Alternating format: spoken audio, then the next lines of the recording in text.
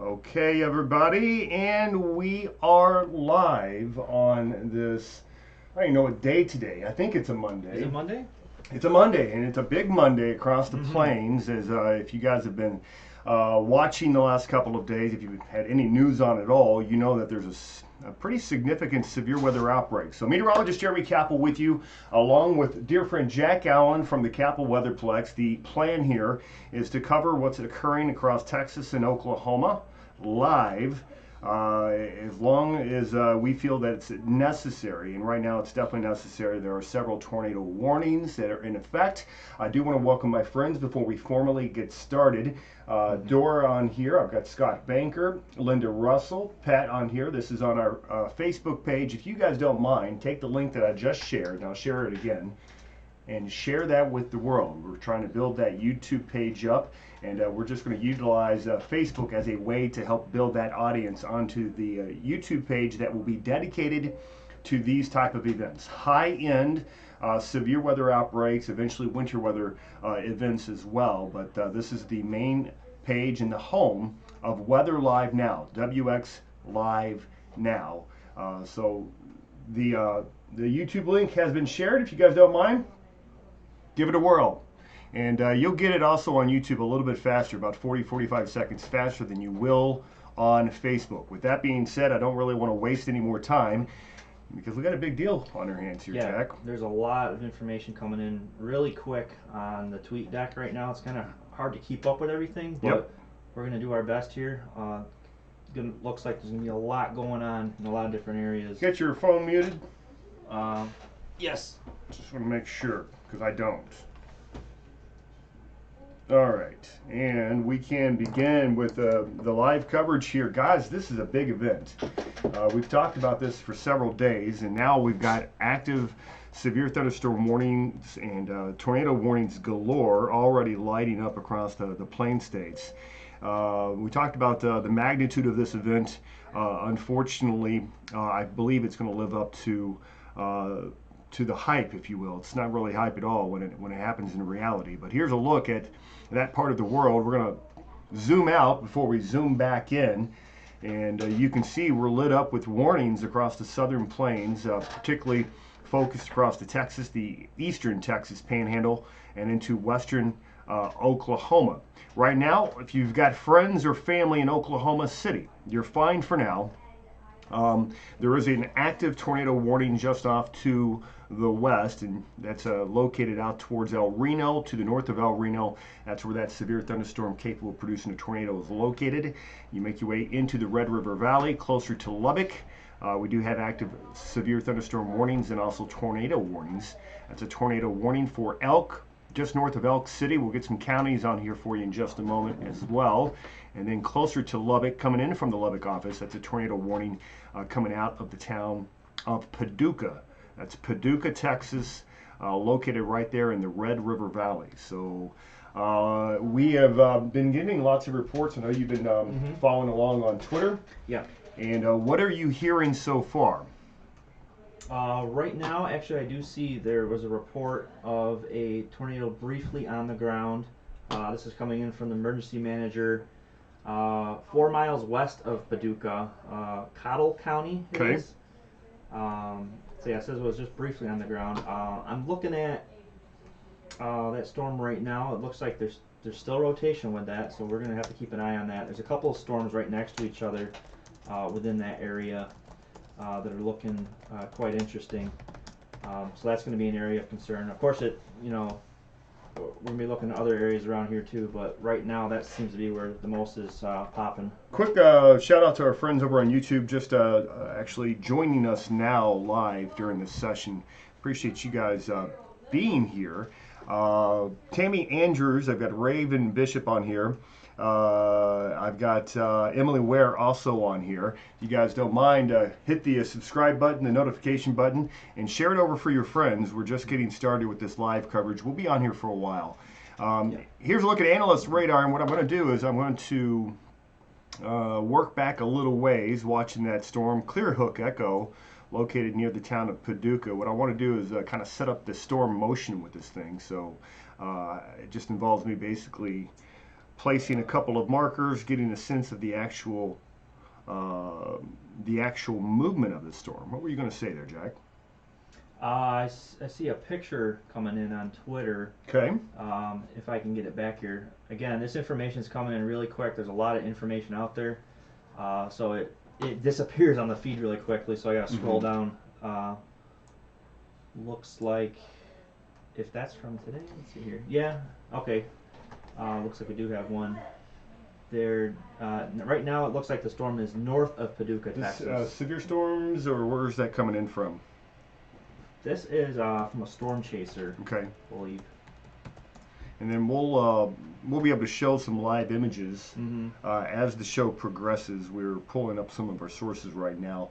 So what you're looking at is the live radar imagery that is from a supercell thunderstorm located to the west, or make that to the east of Lubbock, Texas, where there has been some reports of that reaching the ground, as you mentioned.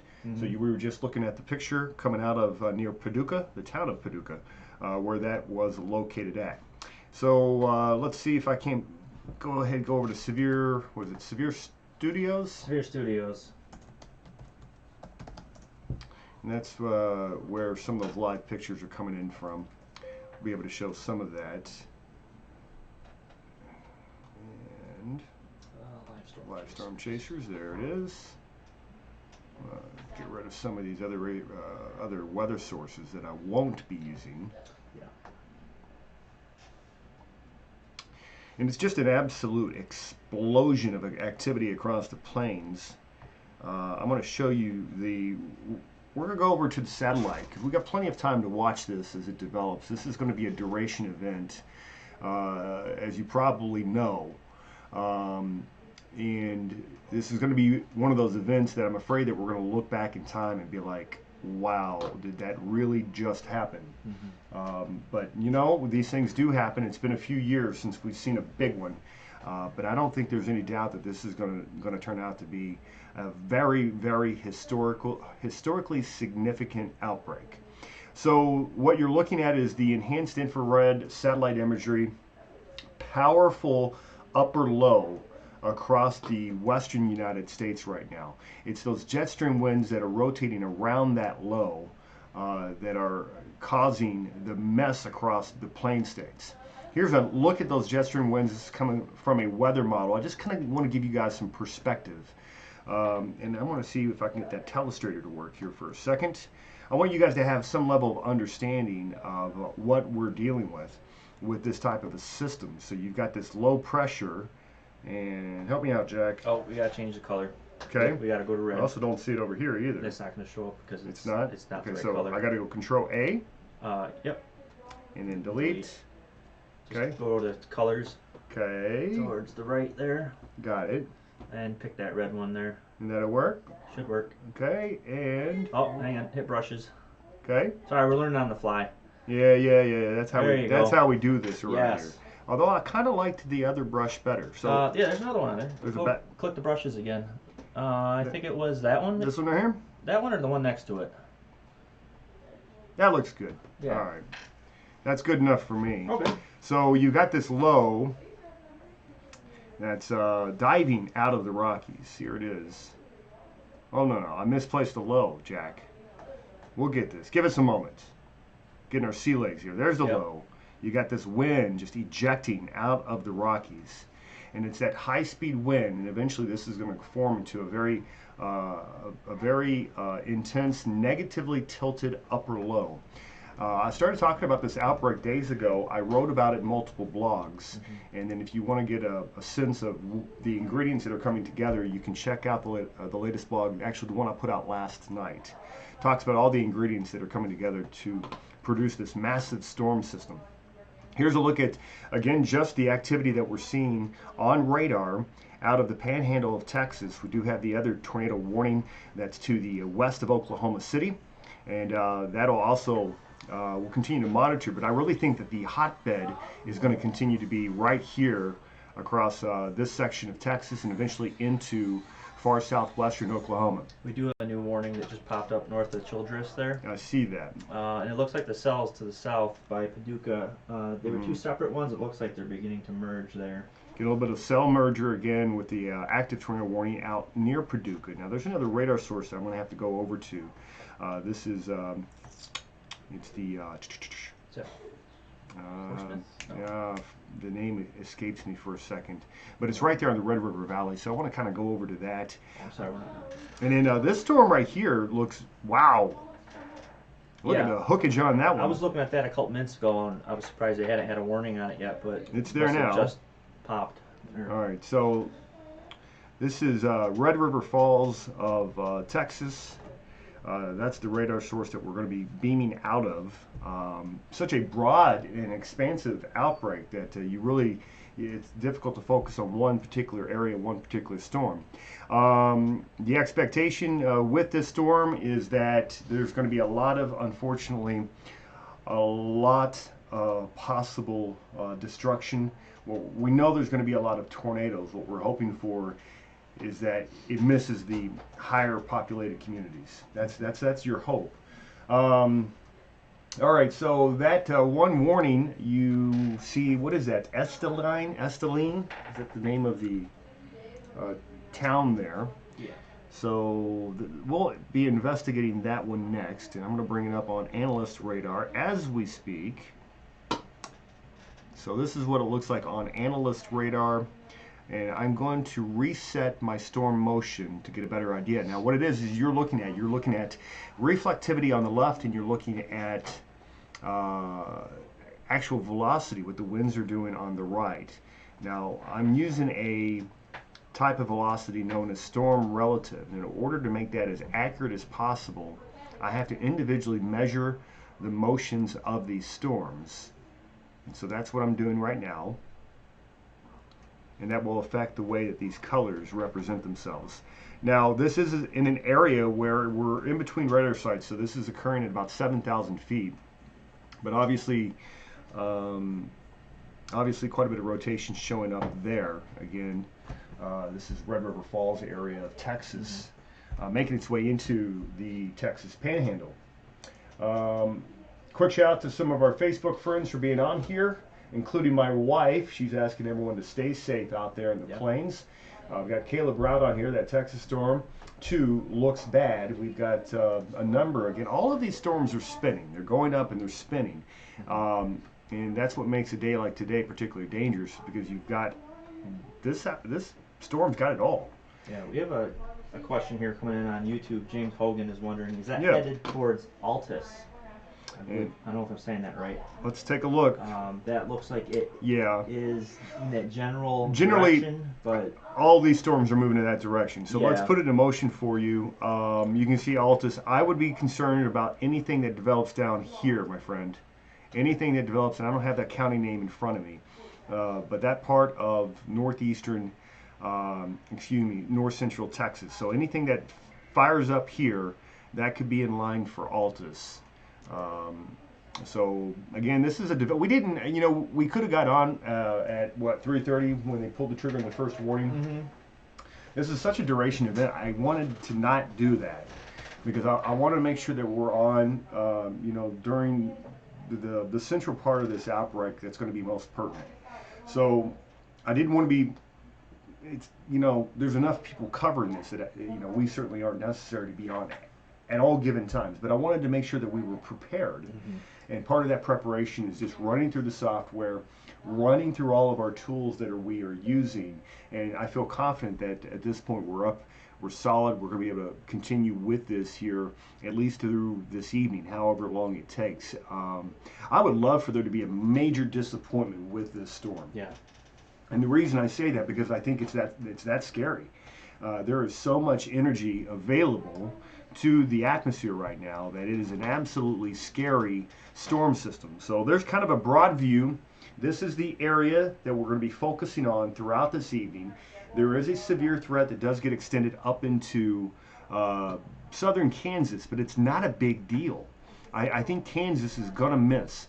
I think, if you're south of Wichita, certainly you're not going to be involved with this. Now, I've got a lot of friends that live up in Kansas. I broadcast out of Topeka, Kansas for several years. And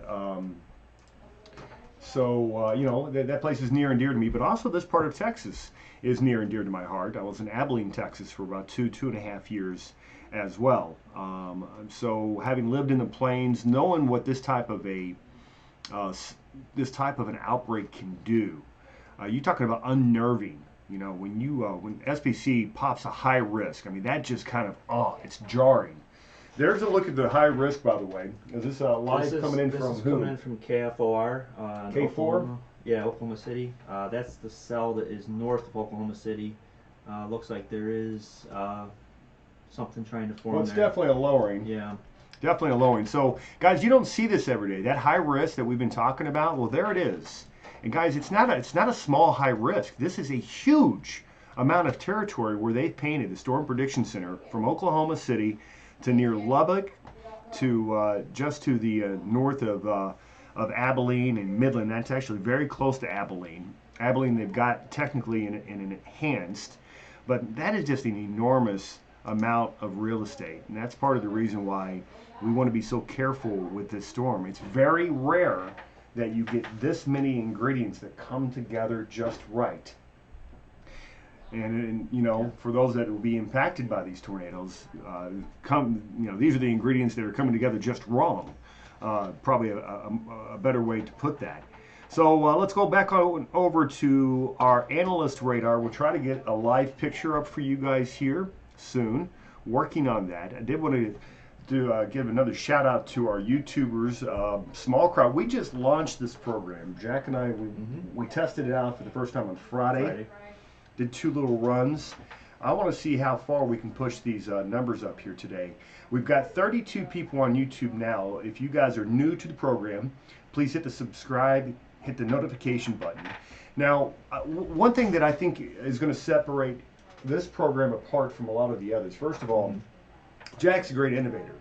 He's good with the tech, and we're learning as we're going. He's helped me tremendously kind of get up to speed with a lot of the tools. Second of all, I think you guys are going to enjoy my commentary because I have so much experience doing severe weather and covering severe weather. The previous 20 years of my life have been dedicated to this type of meteorology. I'm a graduate of Purdue University. I do have a Bachelor of Science. I earned my American Meteorological Society seal of approval back in 2004. I earned my CBM, that's Certified Broadcast Meteorologist designation, I believe in 2009. So I'm as qualified as any guy that you're going to find doing this type of work. The fact that that we've got these resources available, everything's in real time. We know this is the way news is shifting anyway, so we feel like this is a good opportunity and a good place to, again, cover an event like this. Hopefully you guys agree. Let me know what you guys think of the program. Again, this is a duration event. We're going to try to stay on top of the warnings as they're coming down, but there's so many of them, and you're looking at the latest right now, right, Jack? Yeah, it's if I'm not mistaken here, it looks like we do have another warning near that Paducah cell. Okay. Let me pull that up here.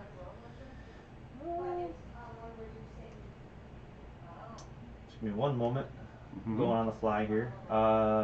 So they've expanded the territory on the warning. Actually, it's a new warning that was just issued at 4:25 p.m.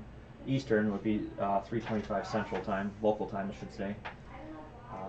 So they're continuing on with the warning on that storm. And that storm, by the way, I did mention a few minutes ago how it looked like those cells were merging. Yep. And that is looking to be the case right now. It's continuing to do so. I'm watching that. They're also looking a little bit more linear. That's that one lost its... Right.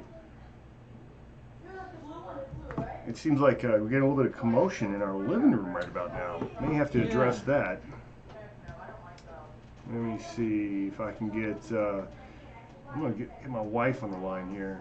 I could yell at her. She's right there, but she's got her phone. So, see if she can tame the crowd out there. I want to make sure we're keeping our eye on the ball. Quick shout out to our Facebook friends.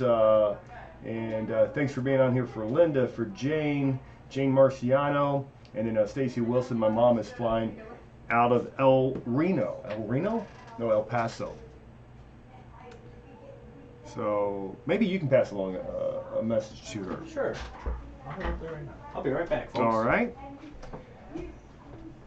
Never mind.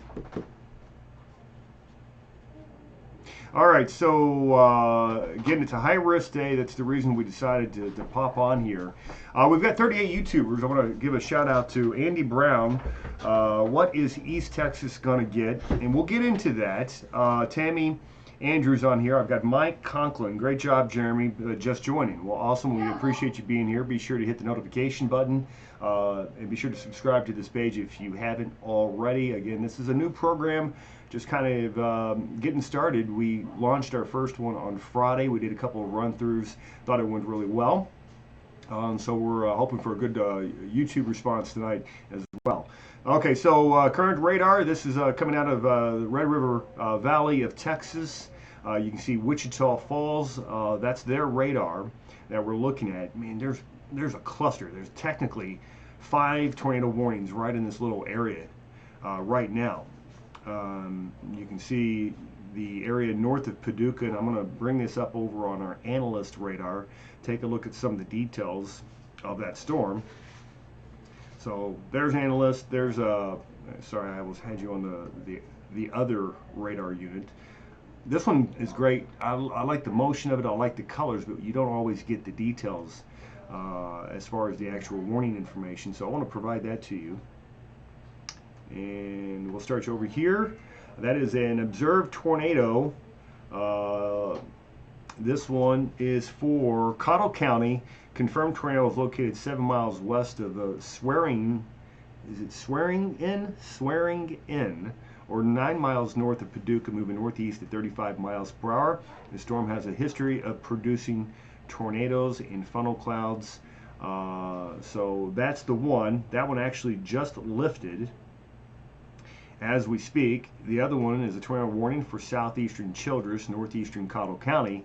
That's the same storm Jack had mentioned that appeared to be merging. Now, I think stronger storm is up here, and this also appears to be undergoing some sort of a merger with cells to its north, which could help to strengthen that southern storm. It's the one on the south side that oftentimes will get the energy. So what we're looking to occur is, of all the storms that are occurring, you're going to find 1 or 2 that become dominant. And when these supercells become, and I think this is going to become a dominant cell, the town of Wellinger, guys, you need to be in your tornado shelter immediately. There's what appears to be quite strong rotation developing. We are up there in altitude at about 6,500 feet, but I'm seeing gate-to-gate rotation at that altitude at about 90 miles per hour. So we know that this storm is rotating pretty hard on top of you.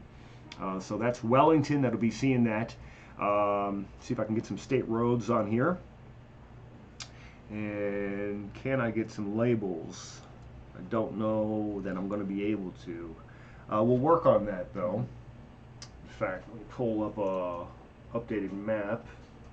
And Jack, do we have any live images that I would be able to show our audience right now? Let me take a look here, see what's coming in. Just taking a look at Severe Studios right now, seeing what they have going with their storm chasers. There's a lot of guys out there. There are, yeah. Just a lot of ominous looking clouds. But there is. We'll check back with them. Yeah. I did notice one thing though. As these storms have been strengthening, I mean, obviously the tornado is the primary threat we're looking at here, but some of these hail sizes are really coming up too. Some of these. What are you seeing? What type of hail sizes? Well, then again, this is just algorithm based, but it's detecting 2.75 inch hail in some of these here. That's a good softball. Yeah, 2 inch and 2 3/4. Not to say that's necessarily reaching the surface that size, but before the hail icons were just showing, you know, blank or 1 for 1 inch, but now they're bumping up to 2 inch here. Gotcha. All right. So we've got some of our friends from Facebook joining on here. That's Kathy, Crawford, David Stafford. If you guys don't mind helping to spread the word of our new YouTube channel, you can watch it right here. Again, live in progress. And in fact, if you guys don't mind, once you're on there, hit the subscribe and the notification tab. That way you know whenever we pop on. New program, just kind of getting our sea legs under us, but hopefully you're finding good value in what we're providing. And what I'm going to show you next is some of the information coming across our YouTube feed, where there are some live images. So I'm going to try to incorporate that a little bit more. Here's a look at what I've got. And so again, we're looking at multiple streams here, tracking tornadoes. Here's one that was looks like it's just east of Paducah. This was from Craig Hiltz. It was shared on Twitter. So that's a pretty solid looking funnel cloud there. Let's see, active warnings. I mean, there's a lot. Current warnings: Collingsworth, Childress, Cottle, and Kingfisher in Texas. Yeah, I'm pulling up a live image from one of the local stations out there.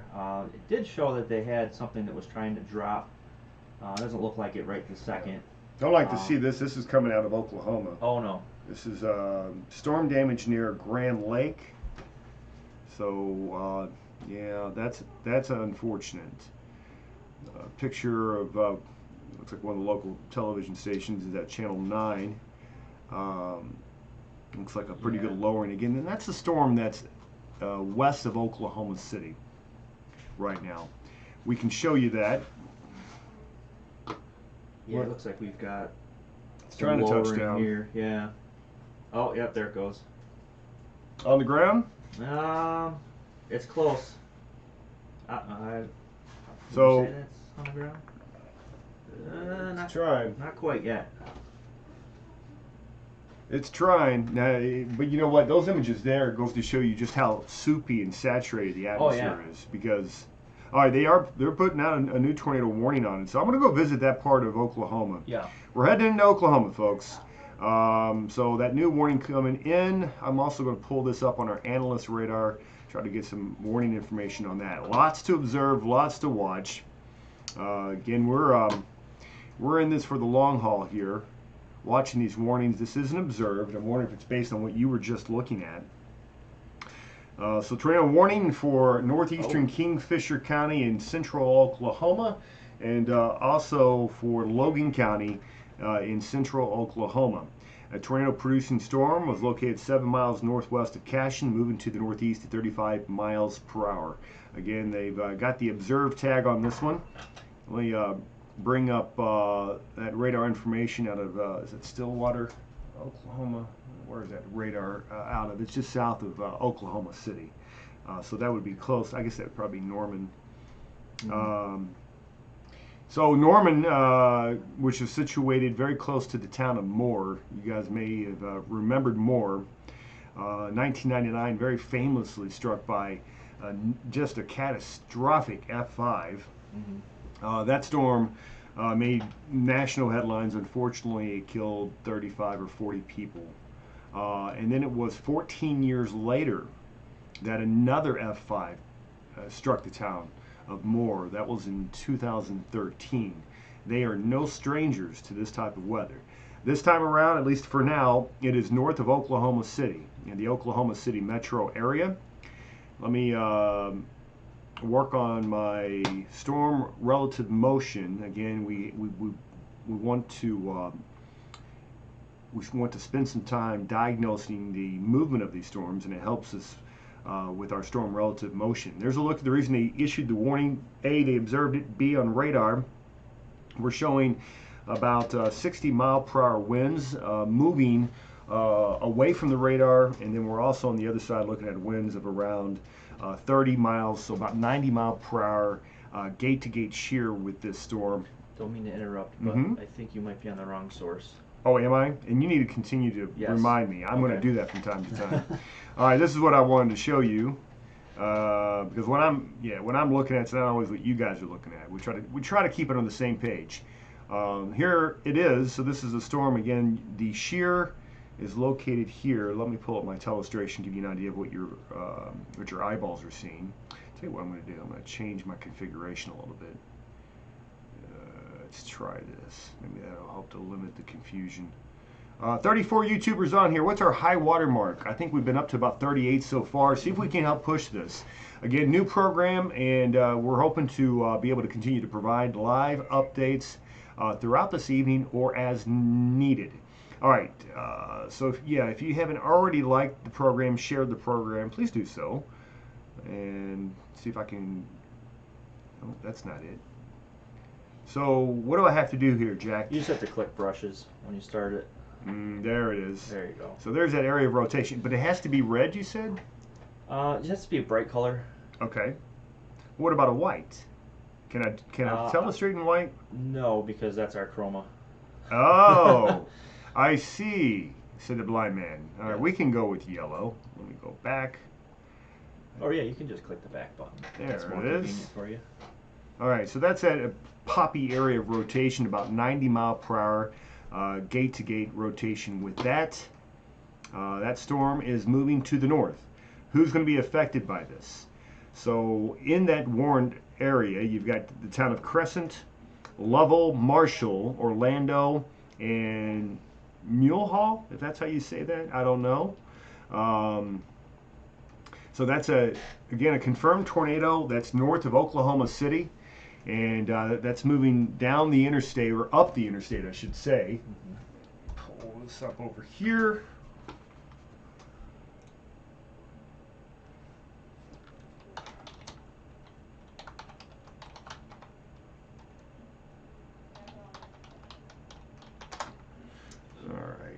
And I also want to make sure that I've got all of my chats open, which I think I've got most of them. I don't have them all. Mm-hmm. That's National Weather Service chat, which connects with media, allowing us to basically get advance notice of what they're thinking.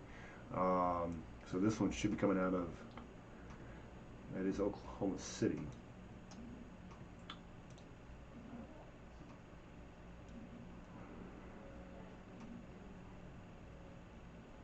While you're investigating that, I'm just going to pop back over to those other storms in Texas and see what's happening there.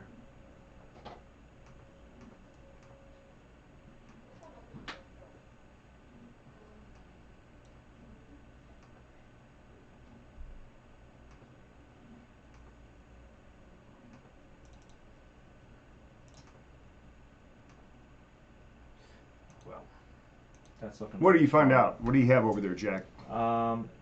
If my velocity data is correct here, that's coming in at, I've got one spot on here at 125 miles per hour. This is the storm near Childress? Yeah, south of Childress. I think that's Childress. the one that's going to become the dominant player. Yeah. Let's go back over to that. Yeah, it looks like it's definitely got a hook on there. Let me check correlation. Not showing as much there. Looking for, he mentions correlation, it's correlation coefficient. That's how you're able to determine if something has a TDS or a tornadic debris signature. And that's something that you do not want to see. Often it will usually basically verify that there is a tornado on the ground. So when that occurs, that's when you know, yeah, it's happening, you're in business. So put this into motion for you. That storm, as it's lifting off towards the east and north, you can see its proximity to the radar site. So to the north, you've got a cluster of supercells. It looked like that one was really beginning to get organized. There's warnings in all of these, so anywhere in red, that is an active tornado warning. You come back over to our analyst radar, where I'm going to go, so taking a look at the different velocity products available here. And again, we are looking at, that was out of Oklahoma City. So we're going to come back down to the Red River Valley. And so I'm not able to get to the Oklahoma City chat room at the moment.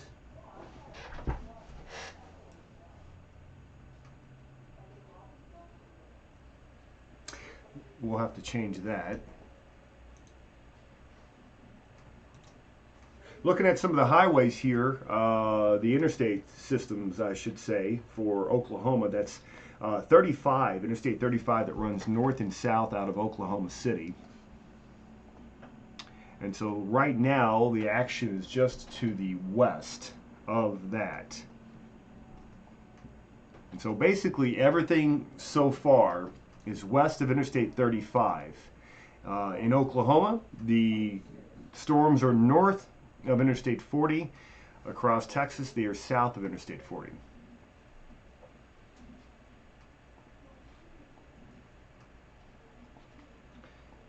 And let's see what we've got over on our Twitter sphere. Do we have any chasers that have a good image currently, Jack? Let me check on that here. I'll show you some of the coverage coming in out of Oklahoma City.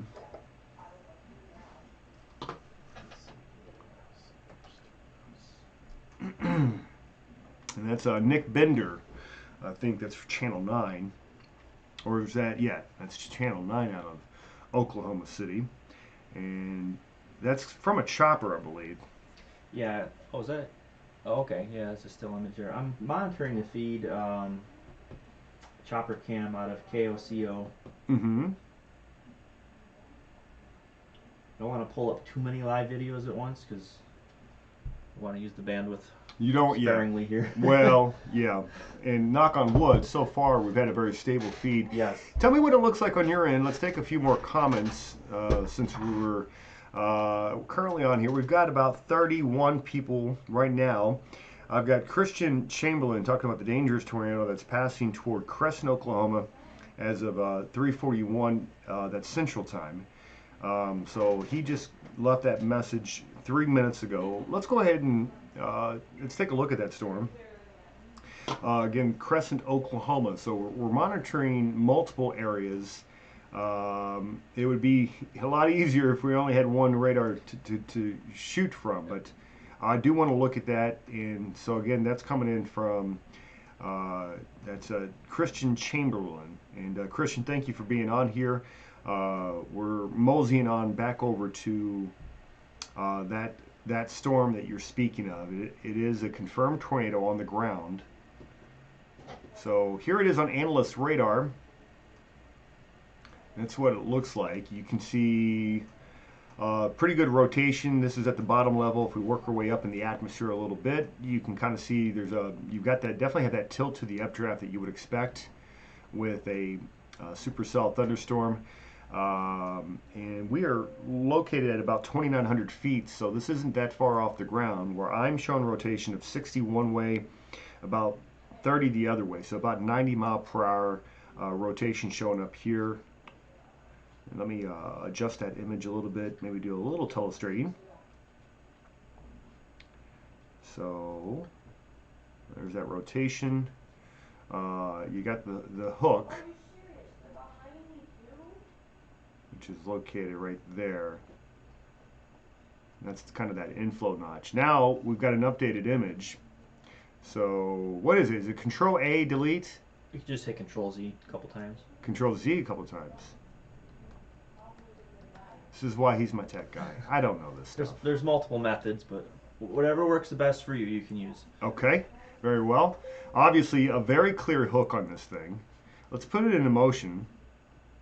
And again, that's reflectivity on the left, that's velocity on the right. Confirmed tornado, there's the report. That's the live image I'm looking at right now out of KOCO. Okay. The chopper cam. Chopper cam, watching that thing on the ground. And it is. That's a no doubter. That storm seems to be getting stronger, unfortunately. Yeah, it's definitely gaining strength, and you know, never like to see a storm that looks like that. It's got that characteristic shape to it. Some people describe it as maybe like a kidney bean. You know, I would describe it as, you know, kidney bean, yeah, but this one's got such a long body to it, and oftentimes when you get those stronger tornadoes will take on not just that kidney bean shape, but they'll have that elongated hook, and this one seems to be exhibiting that right now. There's the, again on the right, so right there is where we're actually looking at the actual circulation. So this is, it appears to be getting better organized as we speak.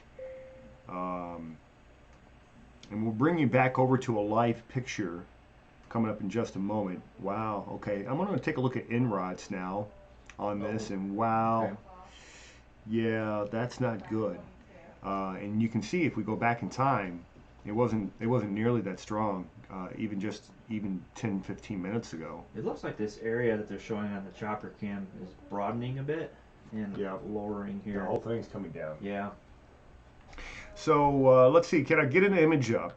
We've got 35 people on YouTube right now. If you haven't liked, shared the program yet, or subscribed, please do so. Christian says that was a tweet by Reed Timmer talking about the storm that's located out at Crescent, Oklahoma. And kitty bean shape with a fish hook hanging off the bottom, says Wizard Dragon. Yeah, I think that's pretty well said. Thank you for that. All right, so Yeah, that's on the ground. let's see if we can't pull an image up for you. They're still talking about it on the Twitter feed. And then I don't see, do we have anything from Severe Storm Studio yet? Not from what I'm seeing here. I'm going to take this over to our other radar source, take a look at it from that angle. Again, all of this stuff just blowing up so quick. So quick. Talked about a high-risk day. It's nothing you want to mess around with. But so far, you know, it's going pretty much as advertised. These storms forming from far western Texas, where there are active severes south of Lubbock. But it's really, I got to say, the Storm Prediction Center nailed this. I'm going to put back on the Storm Prediction Center convective outlook and just take a look at where these storms are firing. So these are all on the west and north side of that high risk. That's a high risk, everybody. You know, you don't see this every day.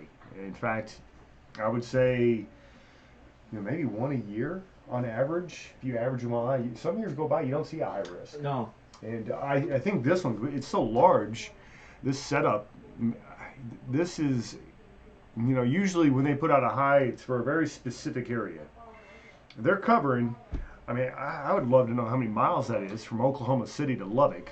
But off the top of my head, I'm going to say that's probably 400 or 500 miles. I can find out right now what the square miles is on that. I believe I can at least. I mean, that's a huge area. Yeah. And so this is going to go for a while. So the general progress that we're going to see out of these storms is that these individual supercells will eventually begin to track further east and south. And especially once we hit dark.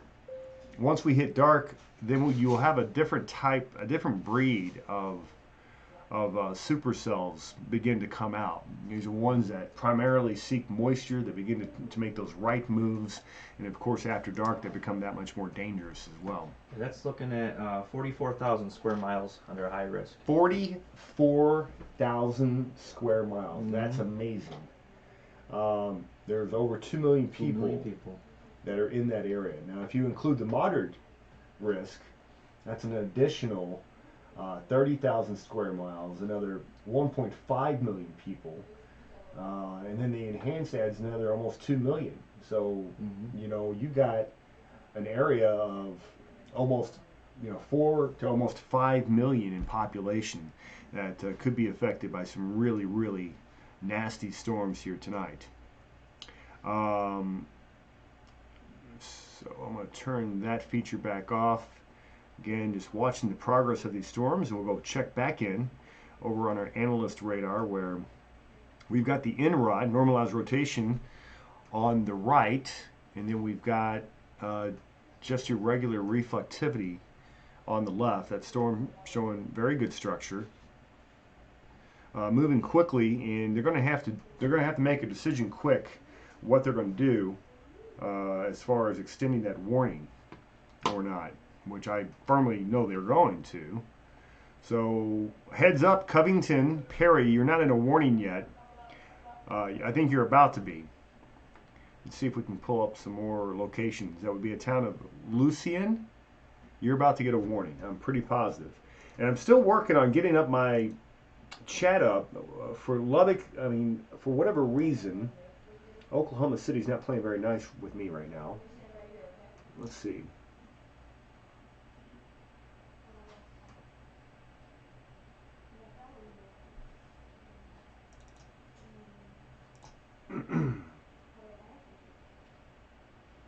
They've got about 4 different rooms. I know they don't have their, I don't see their regular chat that's normally up.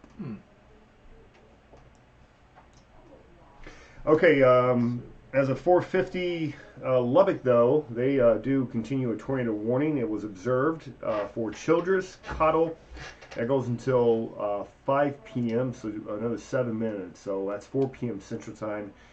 Confirmed tornado was located near Kirkland, moving 10 miles east of Childress, moving northeast at about 40 miles per hour. And this coming in, that's tornado warning again, Childress and Kappell till 4 p.m. All right, did I get Oklahoma City up? Let me see. Yeah, there's nothing in this room. It's crickets.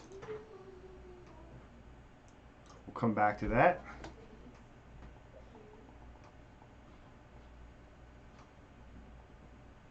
Okay, so tornado warning remains in effect until 4:15. That is for Kingfisher and northwestern Logan counties. Again, that tornado observed. Is it on the ground now? Is that what you're looking at? Is this the one near Oklahoma City? Well, that's the one that's got all the chopper coverage. Yeah. So, yeah. Yeah, it looks like it's been dropping and lifting again. And okay. So, hey, you know, as mentioned, duration event here, folks. This is gonna go on for a while. Let's get caught up on some of our comments. We've got 40 people, so there's a little bit of a milestone there on YouTube. So if you're on YouTube, I want to take some of your questions and comments. Andy Brown says that looks bad. And then I've got Kevin on here. KWTX has some chopper live video of it. Let's see if I can pull that up here. We're going to look for that, see if we can provide you guys with more images. 42 people on YouTube. That's a new high water mark for this show. Keep in mind, we just launched this show the other day, so we appreciate you guys being here. My name's Jeremy Kappell. I'm a veteran meteorologist of over 20 years. I've got both my AMS seal and also my certified broadcast meteorologist designation. Did TV work for a long time. I worked in Texas. I worked in Kansas, I worked in Mississippi, Indiana, Kentucky, and now I'm providing this service through YouTube. And my friend Jack Allen here with the IT support. Yeah. So the plan for us with this program is to, whenever there's major impactful weather across, just about anywhere in the United States, we're going to do our best to cover it. Again, we won't be able to cover every event, but certainly the big ones will be here. This is certainly a big one. So Jack, what are you seeing? Talk to me. I'm trying to pull up the KWTX feed. Okay. They're extending that warning into Oklahoma now. Okay. That's coming in from that storm in Childress. Now I want to investigate that one. So the one north of Oklahoma City appears to be weakening a bit. It's in a weakening phase. So let's take you back and let me confirm that before I leave this. I mean, it's still producing pretty solid rotation. That's what you're seeing on the right hand side of your screen. That's called normalized rotation. It is a product produced by GR or Gibson Ridge radar software that we're using. This is GR2 Analyst. So that one's still a very dangerous storm. I'm surprised they haven't pulled the trigger on a new warning yet. They need to. Yeah. I don't know what they're waiting for. Meanwhile, let's go back over to Wichita Falls and looking towards the storms out towards Childress, Texas. We'll have that populated in just a moment. But yeah, very dangerous looking storms rolling through the Texas Panhandle at this hour. KFOR. I gotta go back over to KFOR because they've got an image from a chopper cam showing two separate funnel clouds dropping down, and one of them appears to be touching down. Here. Yeah. So that storm might be doing a little bit of cycling. Yeah. All right, so there. Ooh. Oh, that doesn't look good. No, we're getting very, very poppy over there with our velocity. Velocity again is on the right-hand part of the screen. Let me see what we're measuring. Oh, this just popped. This just showed up. I just reloaded my KOCO feed. Oh. And they definitely have something going on there. I would say so. All right, so wow, yeah, this is okay. So that next scan looks better. The one we were just at, that was that's 90. Moving away. Is it moving away from the radar? Where are we at? Let me get my bearings because I'm coming out of Wichita Falls. So yeah, that would be moving away from the radar. That was near Crescent. 95 mile per hour. Yeah. And then on the backside it was about 35. So about 130 mile per hour gate to gate is what it was, at least for a moment. I'm gonna come back over, see if there's any debris associated with that. SWV, let me put a marker on it. So that rotation very close to here. And yep. Yeah. I think that is probably a TDS, tornadic debris signature. Pretty nasty looking storm.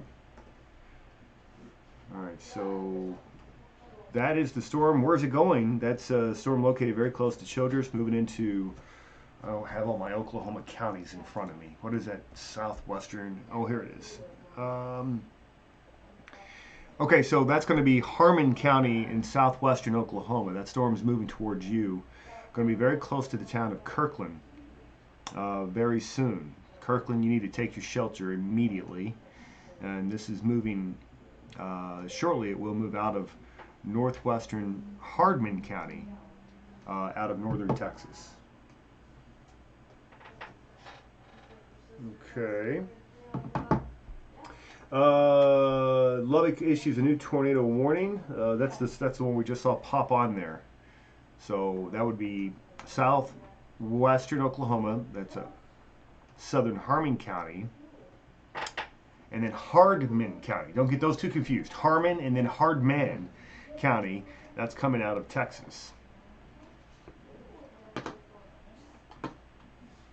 Here's the latest imagery, putting everything in motion for you.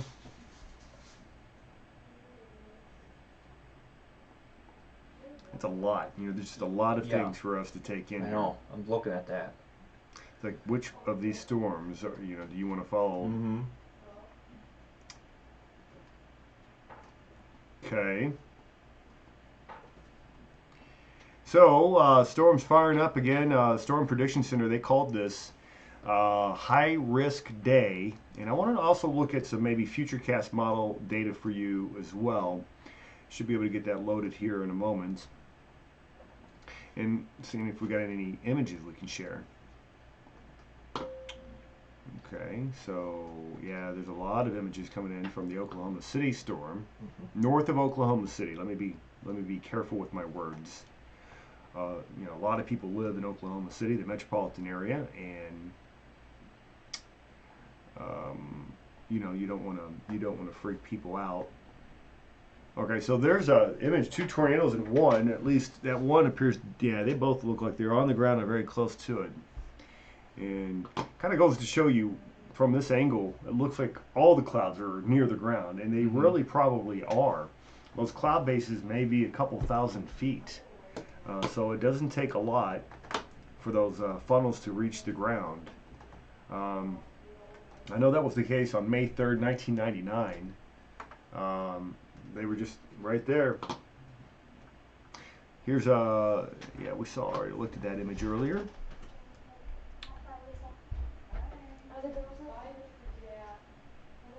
So this is a different image. So this is yeah, you got the two lowerings. That's off of the K4 live stream. There's Mike Morgan. These guys have been covering severe weather and tornadoes across the plains for many, many years.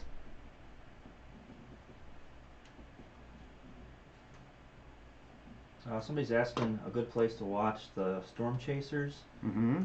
Site that we have been monitoring is severestudios.com. They have a bunch of live storm chasers on there. Of course, it all depends on their positioning too. I mean, they put Right. a lot of hard work and analysis into setting up They where do. they feel They it's do. going to be the best opportunities. I want to point out that our YouTube crowd has grown to 46 now. That may not be a big number to everybody. That's a big number to us. We just launched this program on Friday. Yeah. So thank you for coming on over to YouTube. And who do we have? I've got a Rachel Himes on here. Rachel, thanks for being here. Christian Chamberlain's talking about the 2 tornadoes spotted west of Mulhall Head towards Orlando, Oklahoma. We're going to come back to visit that storm again in a moment. Christian, Amy Lee Yates on here. She's a friend from Western New York. Rachel says, wow, this is nuts. I've got Safana Dunker. Any good places to watch live chasers? So you did just answer that question. There's a few, and I don't remember. I used to watch them more when I was out in the plains. You know, once you get a family and stuff, you don't always have time to watch every single event. Yeah. And I find a lot of the good vantage points you can get too are from the local TV stations with their helicopters. Right. So you can get a very broad look at the storm from up in the air. I guess one good thing is that so much of this is just open country. Mm-hmm. You know, outside of the town of Childers, and I hope they didn't get hit. It looks like that went just south of them. Yeah.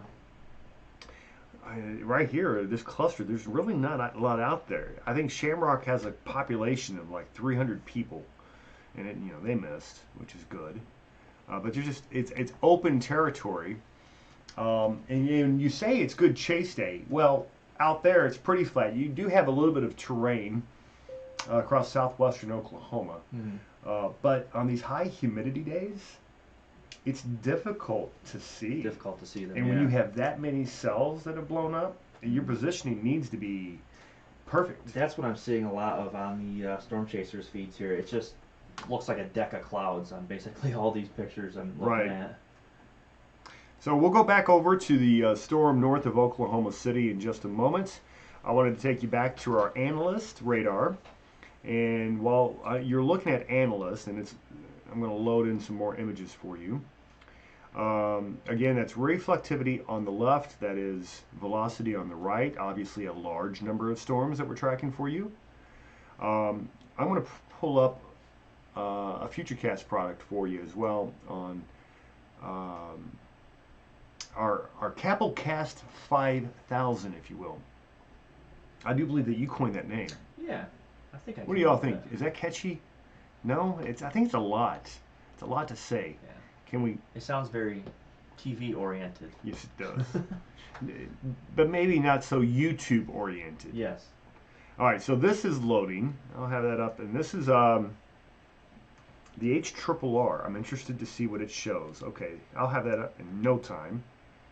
This is something that you're not going to see on all the TV stations, though. I can tell you that much. Let me turn those warnings off.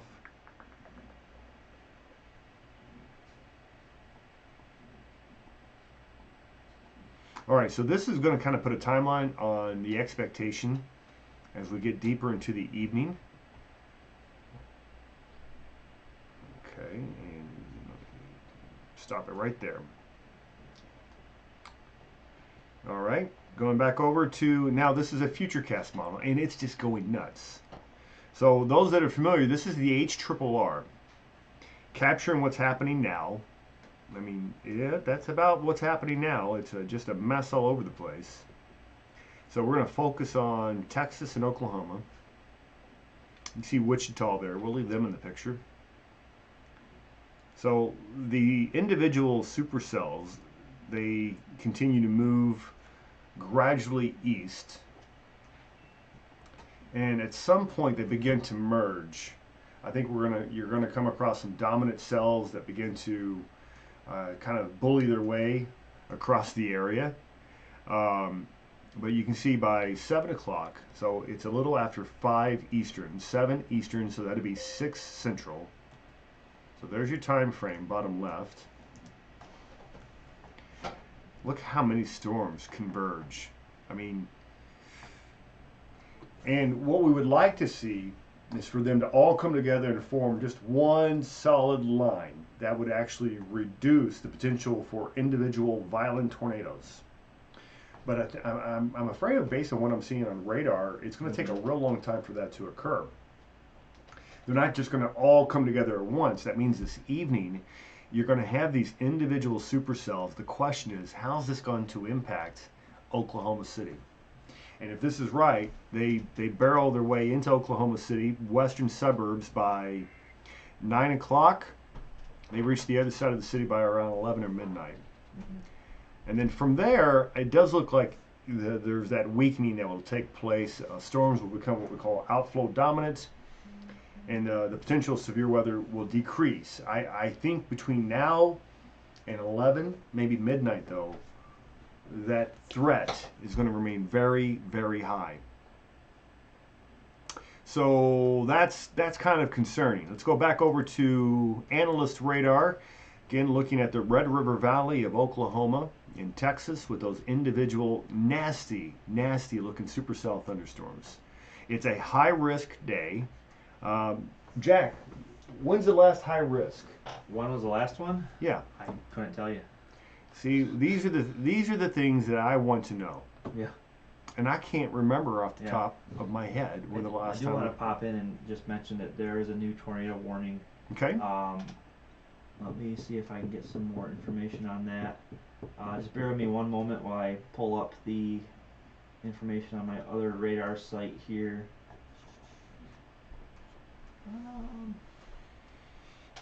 Let's see what I've got. Yeah, that's for northeastern Custer County in western Oklahoma. Okay, and that's an observed. Yeah, storm chaser reported tornado was located near Fay, moving northeast at 40 miles per hour. Tornado with golf ball size hail. Okay, and we're gonna revisit that storm next. So let's go ahead and see if we can make sure we're on the nearest radar. That's a big radar gap where it's at. Yeah. So let's take this out of KVIX. It might be better to go out of Oklahoma City. Let's do that. I think that's KVNX. Yeah, KVNX. Okay. And a shout out to our YouTubers. Yeah! 54. New milestone for the YouTube. Thank you for joining. Be sure to hit the subscribe notification if you don't mind. Just getting started with this program. You've got my man Jack Allen here. He's IT specialist and overall just smart guy. Sometimes. And I'm your meteorologist, Jeremy Kappell. Got about 20 years experience doing this sort of thing. I've worked in Texas, I've worked in Kansas, and I'm so glad you guys are here with me today. Hopefully everybody is staying safe. Let me know what's going on. George Armstrong, where the Henryville, Indiana, or the Tuscaloosa, Alabama tornado days high risk? Wait. Yes, absolutely yes to both of those, George. I was working in the Louisville, Kentucky market covering the Henryville tornado, March 2nd, 2012. It was April 2011, that was the Tuscaloosa tornado. Both of those were high risk. I know we've had some since. I just can't place one right now. We had a moderate risk here last year. We did, yeah. It turned out to be a colossal bust. It was. That's good. That's always a good thing. Yeah, I learned a lot out of watching that one. Okay, bueno. Poland. Why is Poland on here?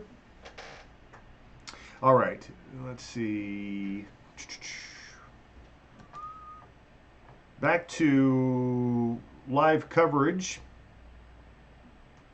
There's the high risk. Again, it's covering huge chunk of Texas and Oklahoma. Includes Oklahoma City, Wichita Falls, parts of my old viewing area, Haskell, Hamlin. I used to work out of Abilene. Boy, saw some wild things when I was out there. I got a brand new car that was smashed up, a baseball-sized hail. You know that story. Your 99 Honda Accord. Yeah, it was the love of my life until I met Lisa. Yeah. And then it looked like somebody took a baseball bat to it after that storm. It was pretty terrible. All right, so analyst radar. Watching the storms north. We are now taking that picture out of Oklahoma City. So let's go ahead and analyze away. Got two storms that seem to be drawing the most concern. You got observed tornado warnings. That's for. Gee, I need to work on my layers. I should probably put the town names above. Oh, above your polygons. Right. Watauga. Watauga is looks like they're in a pretty tight circulation right now. The town of Watauga.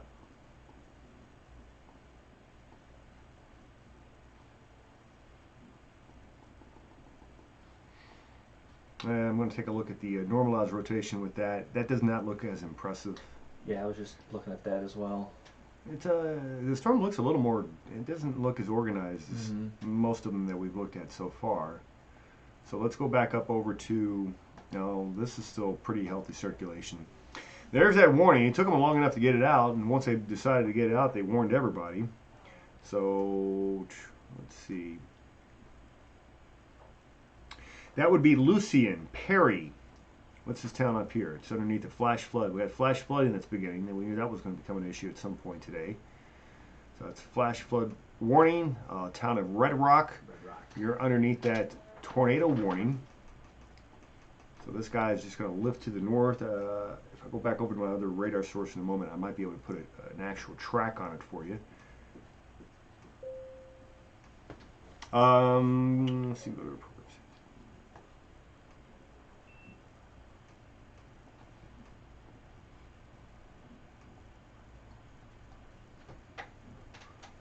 I'm going to take a look at that from the KVNX radar perspective. It's getting a little bit closer, so we'll see what it looks like from there.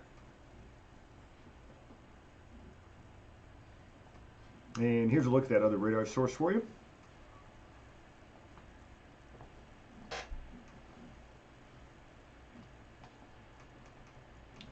So this is the storm in question.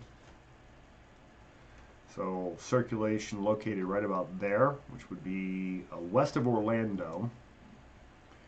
Okay, so where is this one going? Let's get that tracking tool on here.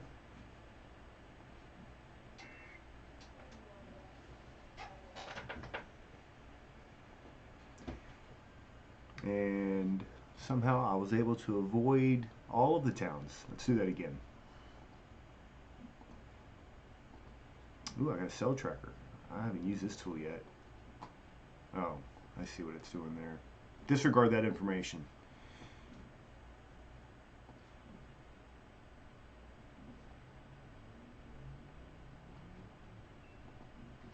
Alright, so some of the ETAs here, it's going to be near Perry by 5:24. Got about 8 minutes in the town of Perry. Red Rock, you've got about 18 minutes. If that, take your shelters now.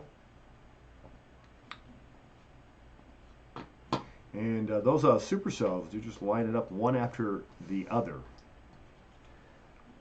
Lock and Load Video wants to know if we've changed our clothes since the other day.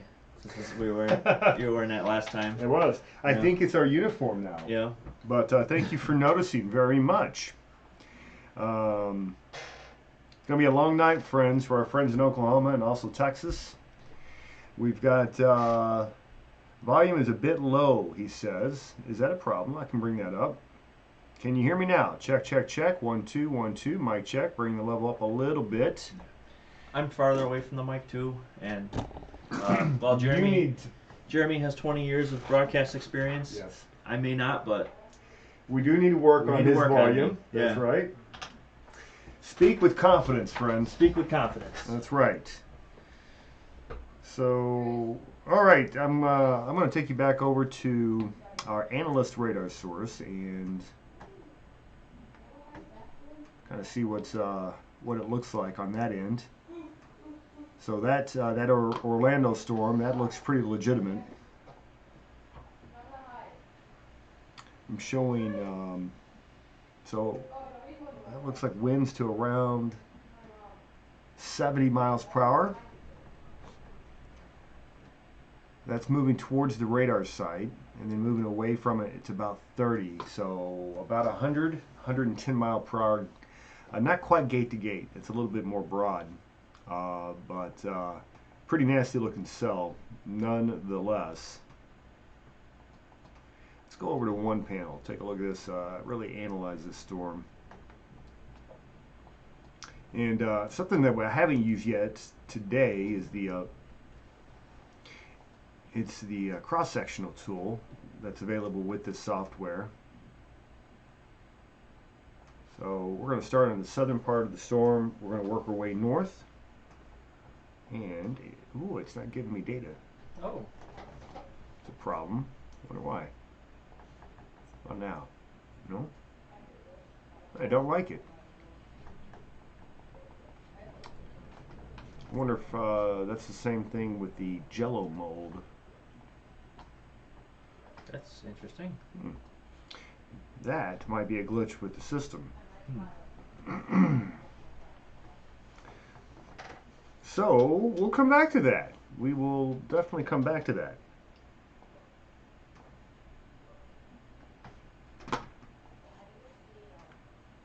Okay, so back over to our primary radar unit, taking a look at all the action. I'm going to turn off the individual radar. Take a look at what's happening on a national level. Again, the focus is on this massive storm system across the plains. Look at all that, Jack. Oh, they just popped a new tornado warning. This one's all the way out there on the Kansas-Missouri line.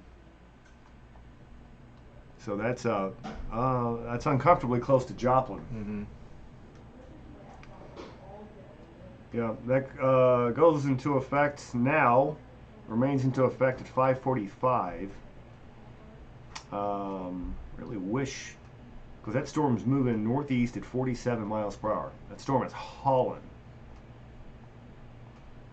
So we've got tornado warnings as far east as Missouri now, all the way through north central portions of the state, Stillwater to south of Enid to west of Elk City. And in Texas, we've got the one that's located near Childers, but soon all of the tornado warnings will be located within the state of Oklahoma. Let's take it back over, see if we can get some live pictures. I also need to reboot analyst radar.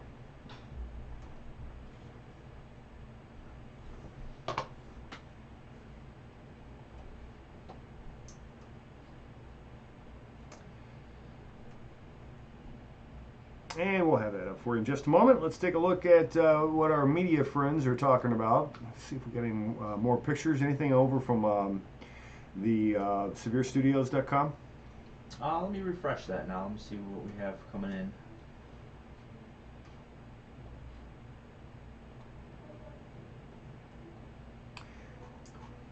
I see a lot of hail. This is oh wow. Veneta, Oklahoma, coming in from Lonnie LaForce. It looks pretty small though. That's good. Mm-hmm. Lots of wow, that's coming down.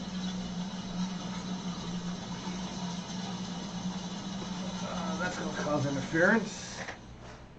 Okay, that's KAMC News out of Oklahoma City.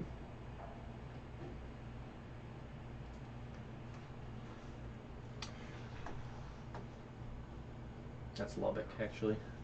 Oh, was that Yeah. Lubbock? Thank you for that correction. He knows all of the TV stations in every city of the United States. I did not realize that today was the anniversary of the Moore, Oklahoma tornado from 2013. You guys remember this? Oh yeah. Well, I didn't realize today was the anniversary, Yeah. so that's going to make a lot of people nervous later on. I bet, yeah. That was an awful, awful storm. It leveled, city blocks, and I do know, that story of you remember the school that was hit? I don't remember the name of it. Yeah. But an elementary school took a direct hit from this thing, and It was awful because the kids were in the basement like they should. The tornado hit, and apparently it cut off or it ruptured a main water valve entering into the school. It flooded the entire basement, and unfortunately a bunch of kids drowned. It was just terrible. But that was 2013. So that was the last time I remember having and that may have been a high risk as well. So about 6 years ago, since we had a real big one. Hopefully we don't see anything like that this time around from this particular storm. So there's the action. Who do we have on YouTube? We've got 47 current viewers. Thank you for stopping by. This is our second voyage, so to speak. We launched the program on Friday. It's called Weather Live Now, WxLIVE Now. And this, if you're on YouTube, this is going to be the home for this. I believe it's YouTube/users/JKappell1. Kappell, by the way, spelled with a K. It's got 2 P's and 2 L's. That's all you have to remember. But this will be the home for that, and hopefully we can continue to grow this program. With your help, we'll be able to do that. So smash the subscribe button if you haven't already, and hit the notification, and maybe share with your friends. Okay, so CCG US Help Desk 2, Stay Safe Texas and Oklahoma. Mikolai, or is it Mikolai? Mikolai, tornado sirens going off in Watauga. They are under a warning currently. We've got our friend Andrew Whitcomb May on here supporting YouTube. Thank you very much for that, Andrew. Appreciate you stopping by.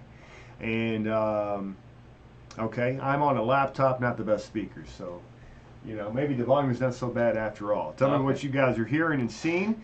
We're trying to continue to provide best coverage as we can with the tools and the resources that we have, which it's growing.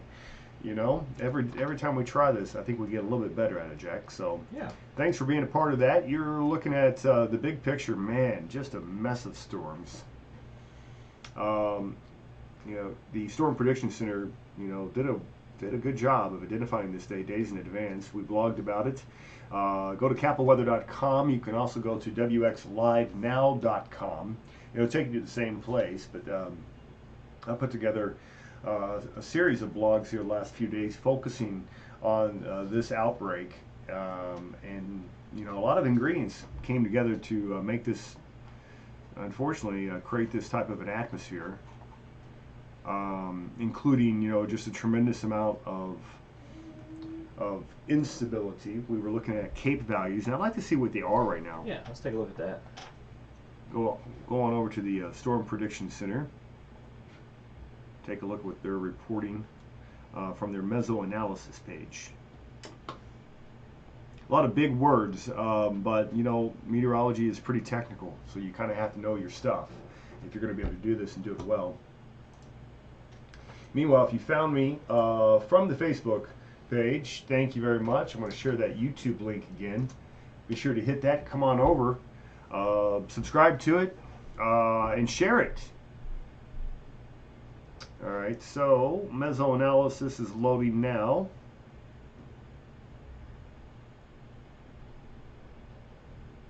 Okay, we've got that coming up. Some pretty crazy predictions the models had based on what was expected today. Mm-hmm. One of them was 5,000 CAPE. I did see that. Yeah, that was pretty significant. And it looks like it's verifying too. I'm going to show you. I want to change my sector. I don't like this sector. Let's go with this one. There, better. Surface-based CAPE. My goodness, it is 5,000. Let me show you what I'm looking at. There you go. Increase. Oh, can't do that. Come back. Come back. Jack, what am I changing here? What is this? Say that might be your telestrator on top. No, that's. Anyway, there's a look of, and again, what this is, it's a measure of how much instability is in the air. Mm-hmm. And so it's the tendency for the air to rise once it has begun to rise. These numbers are huge. 4 to 5,000 Cape in that entire region where these storms are going to march into. Basically, what that is if a tornado, one of these supercells, if that's a jumbo jet, then this is jet fuel. Mm-hmm. This will keep it running. So it's got a tremendous amount of Cape. Now, another factor that we like to look at is bulk shear. That is the amount of wind energy that's available. Technically, it's the amount of wind energy available from 850 to I believe 500 millibar, and it takes the peak winds that occur within that range, and that basically allows these storms to continue to grow. Because a basic element of all thunderstorms are the two parts. You've got the updraft, which is where the air rises into the storm. Without the updraft, the storm does not occur. The other part of the storm is the downdraft. The downdraft is essentially precipitation, rain, hail. So you get these two areas. So you get the updraft where the air is rising, and you have the downdraft where precipitation is falling. It's also creating wind, yada, yada, yada. All right, so in a given storm, if there's not a lot of wind, if there's not a lot of what we call shear in the environment, then that updraft causes the storm to develop, but eventually the rain and the hail will send it tumbling back down. It will actually, we call that precipitation loading or precip loading. It'll destroy the storm. So one thing that you need to do is you need to offset the updraft from the downdraft. So if your updraft is here and your downdraft is here, if they're on top of each other, it'll just basically, the storm will die out. But if they're offset, then the storms will continue to thrive. And the number one way to offset that is by adding wind shear, varying degrees. So basically, if you can get the storm to tilt, and that is by the wind either changing direction with heights or increasing with height, that offsets the updraft from the downdraft, and that keeps these storms, well, it just keeps them moving. So what we're looking at here are these bulk shear numbers between 50 and 70 miles per hour, and that is a very, very healthy amount to sustain these storms. So that's part of the reason why we're seeing storms in the numbers that we are, is because there's plenty of low-level heat, instability, and fuel, and then you've got that wind energy that's continuing to drive. This is, again, it's going to be a duration event. Mm-hmm. I hope you brought your marathon shoes there, Jack. Wow. I don't want to give away too many secrets, but I'm not wearing any shoes right now. Oh my goodness, that's what that smell was. Yep. I should have known. Nikolai on here. The good thing, as you know, is that Moore, Oklahoma has no storms at the moment. It will give them more time to prepare or just get the hell out of there. That's coming in from Nikolai. Same with OKC, and right now in Wataganda. Did I say it right? I don't know. Watonga is the name of the town. Oklahoma City is going to get it this evening, guys. It's coming. Yeah. They're not going to be able to avoid it. What we'd like to see is mentioned. We'd like to see these storms come in linear, maybe as a very strong line. We don't want to see them remaining individual as they have been. It looks like, did I get booted out of chat? I did. Yeah. Let me get back in there. And I'm going to try to get back into Oklahoma City chat, which they don't like me right now. I'm not sure why. What did I do? What did I do?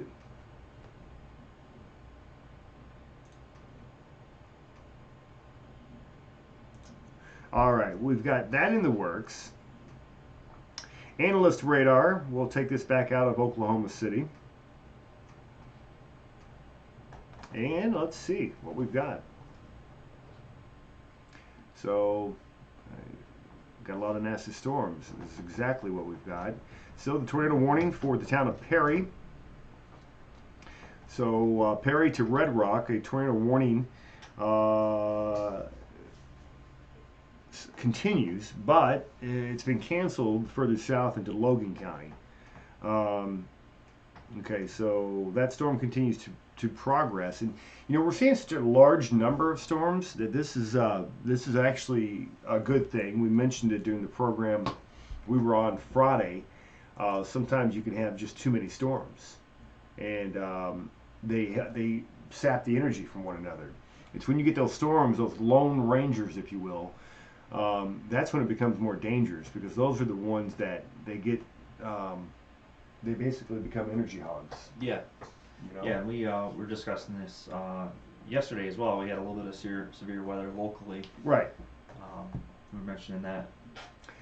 Western New York, yeah, had a couple severe thunderstorm warnings. Not a huge deal, but we did notice that. And in the absence of a strong cap, that cap, it's that warm, dry layer, short distance above the surface that helps the energy to continue to be contained and to build. In the absence of that cap, everything kind of goes up all at once. Yeah. And it steals energy from each other. And so that's actually helps to create a weaker dynamic when it comes to these individual storms.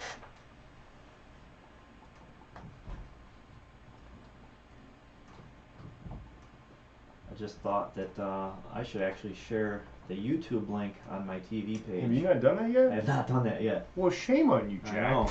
You've got one job to I got do. another 2,500 followers to tap into here. Right?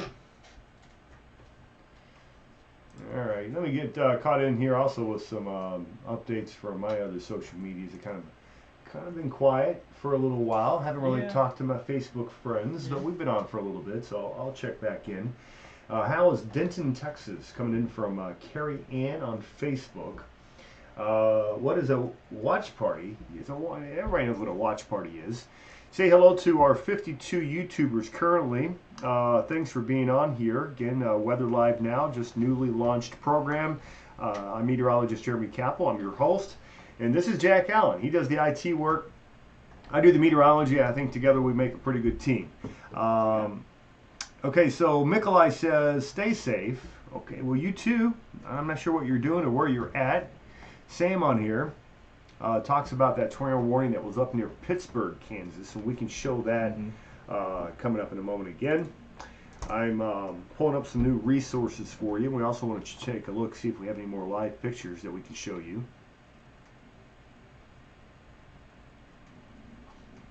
Yeah, although we do have active warnings, I'm not seeing a whole lot coming in, at least on the tweet deck here with pictures, but I'm sure you have plenty of other sources on your account that I don't have tied to mine. We are, when we're pulling back up our chat, we got it Yeah. logged out somehow. So National Weather Service chat allows members of the media to have an open dialogue with what they're doing, what they're seeing. Lubbock was they were providing all types of useful information, but Oklahoma City, I don't know if they've closed their door or if their chat's not operating correctly, but I wasn't able to get in. Yeah.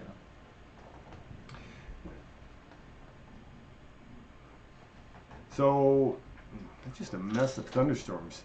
And you know, we talked a little bit about the flooding risk with this thing, and I think that's going to become a real nightmare because you've got so many storms that are rolling over the same terrain that I think that's going to become a huge problem.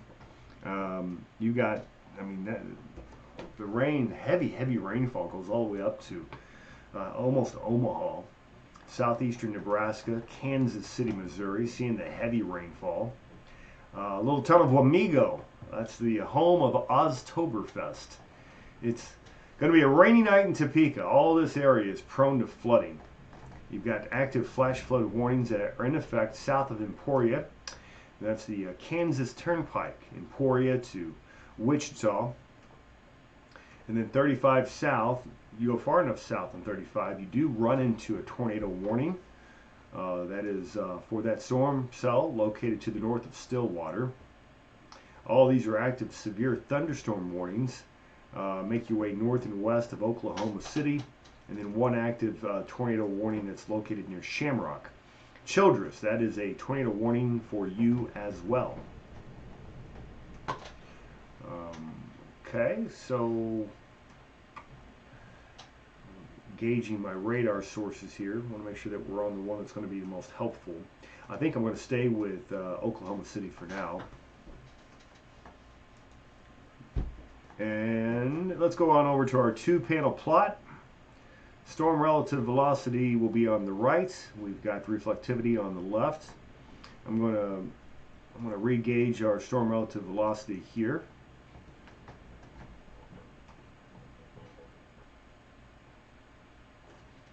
And let's move this forward in time. Whoop, whoop, whoop, whoop, whoop. Let's do that again.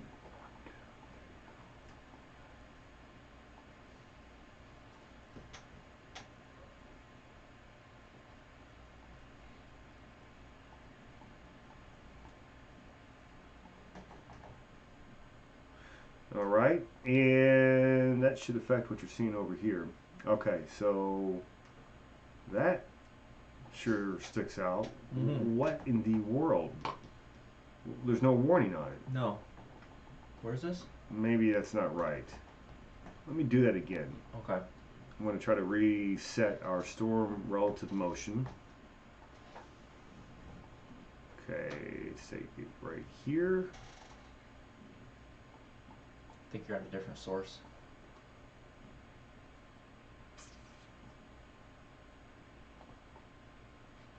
It's still there. Yeah, it's out of Oklahoma City. What is that thing? I mean, we're showing winds of 120 miles per hour. You can see the little notching on the reflectivity there too. I don't know if that has anything to do with that. Let's see. I think you are on WSV3. Oh, I am. Thank you for that. Yeah. Sometimes I need a reminder. I didn't know. Yeah, Jack, you have to be direct with me. All right, I'm gonna say, yo, stop what you're doing. I'm gonna Switch the source. There you go. I'm gonna say that that's bad data. Bad data. Yeah, there's something fishy with that. Yeah.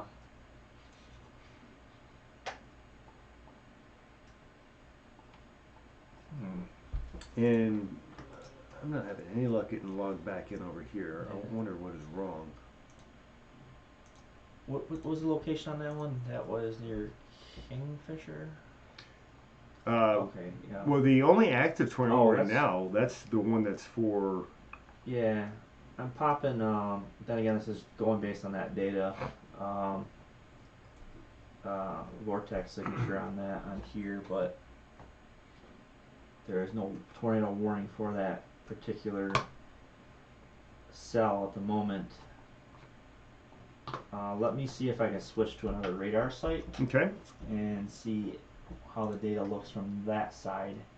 Because if it's showing on more than one site, then it's an indication that there may be something happening there, and it's not just bad data coming out of one feed.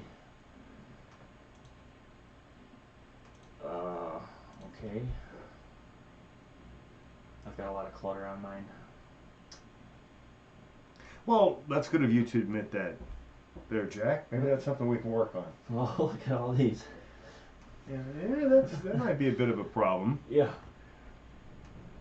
You know, I think the good news that we're seeing here, Jack, is that we are, there's so much activity that it's, again, it's kind of drowning out or maybe limiting the opportunity for storms to survive in this environment.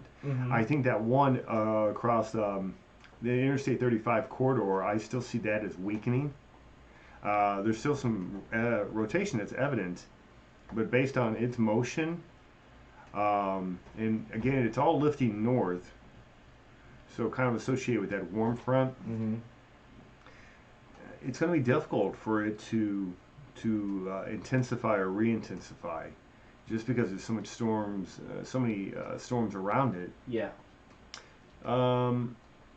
So with that being said, where have I heard that before? That means that we're looking for a lone wolf, folks. We just had that pop on here from another radar site. So I switched. You think it's real? Well, I switched to a different radar site, and that icon just popped up here. Well, they did just issue a new severe thunderstorm warning for that area. Let me switch back over to this other feed here. Where is this? Now I moved us back down to the Wichita Falls radar. Okay. I think I went north. Okay. Yeah, I'm at Vance Air Force Base, Oklahoma, KVNX.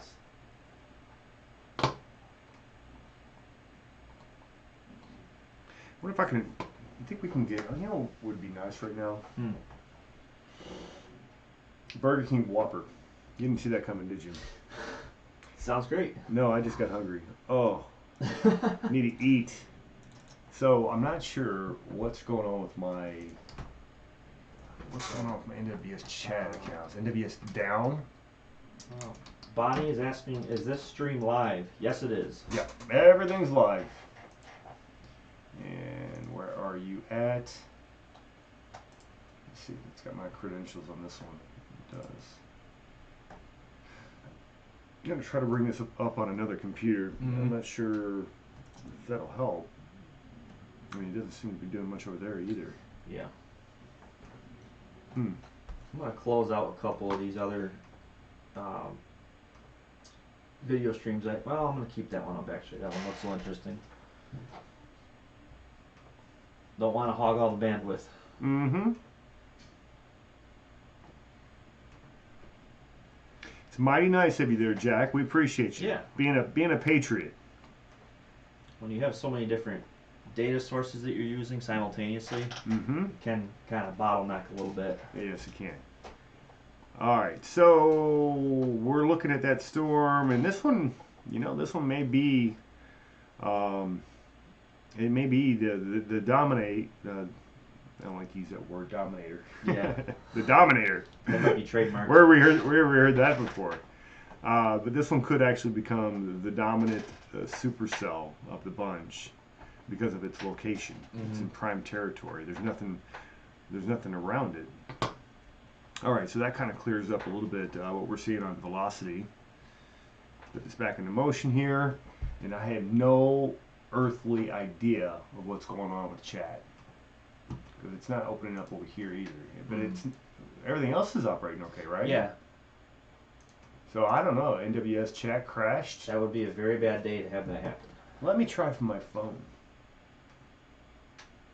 Let's see here. We got a tornado warning, including Memphis, Texas, Esteline, Texas, Midland, Texas, until 5:15 Central Time. All right, let's pull that back up. So where are you at? There it is. Okay. So it looks like kind of a new. Oh yeah, that one's bright and poppy too. Yeah. It is. That's a strong storm. All right. So what do we have in there?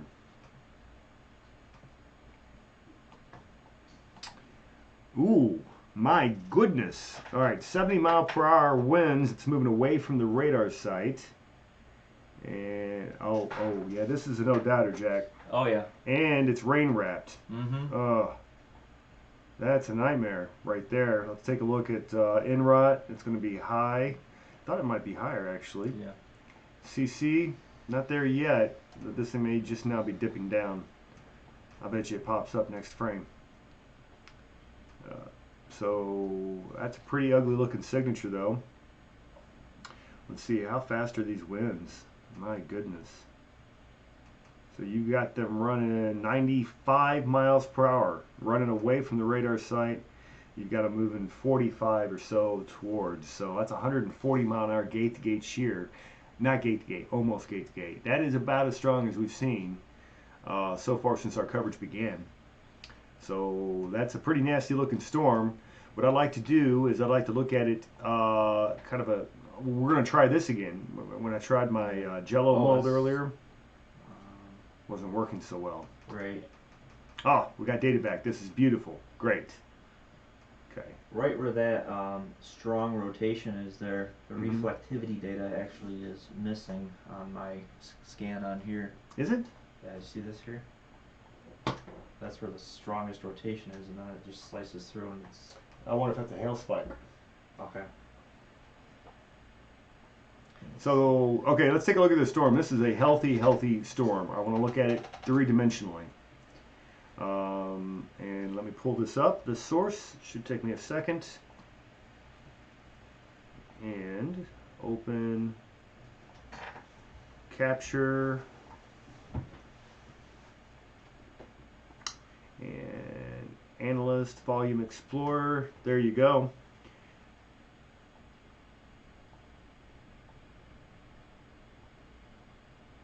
Let's open this all the way up. All right, what do y'all think about this? So this is what the storm looks like from a three-dimensional perspective. If you just kind of take a cross-section of it.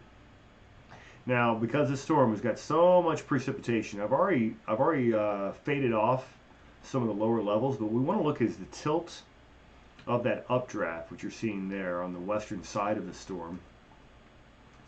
I'm going to see if I can't make this even more dramatic.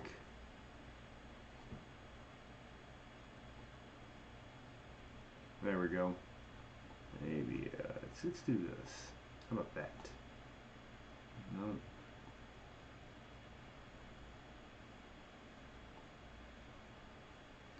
All right, that kind of gives us a different look.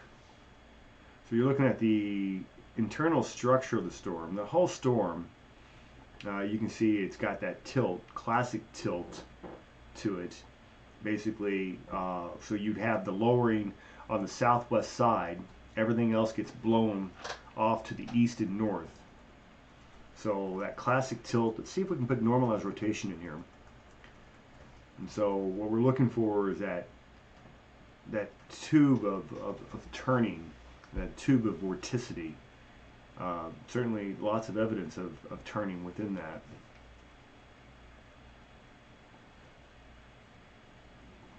Here's a look at velocity echo. And that velocity seems to be upticking as well. So we're going to go back over to regular radar. Again, this looks like a real beast. This looks like a real problem. So make sure you guys are seeing the same thing that I'm seeing. So I will turn that off for a minute. So you guys are now looking back on the same source that I'm looking at. Okay, I'm going to put this back over to 2-panel mode. Again, that velocity really looks like it's coming along. And then let's loop this a little bit. There you go. And yeah, very persistent. So the town of Esteline, you're in trouble. Okay, that rotation's coming. It's coming right at you. So Esteline, I would say, is how you would pronounce that, perhaps. Guys, you need to take your shelter immediately. Newlyn as well. The entire area from Memphis to it looks like that storm is pretty much right on top of Parnell. So that's Parnell, Texas. Nasty, nasty looking storm right now. All that, you saw the motion of it moving off towards the east and northeast. I would say it's a northeasterly direction.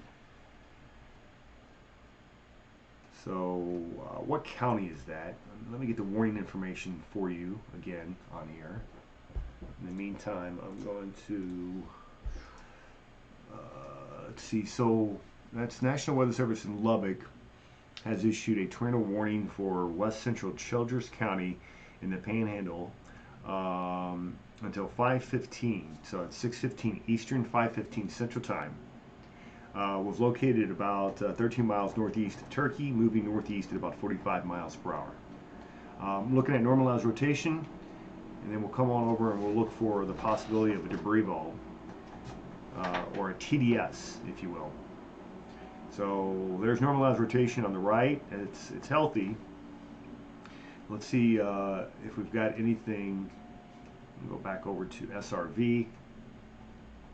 And also, we need to keep in mind where we're at. We're looking at about 8,000 feet, which may explain why we haven't seen a surface reflection yet. So, strong mesocyclone aloft, but that doesn't always guarantee that it's going to reach the ground that way.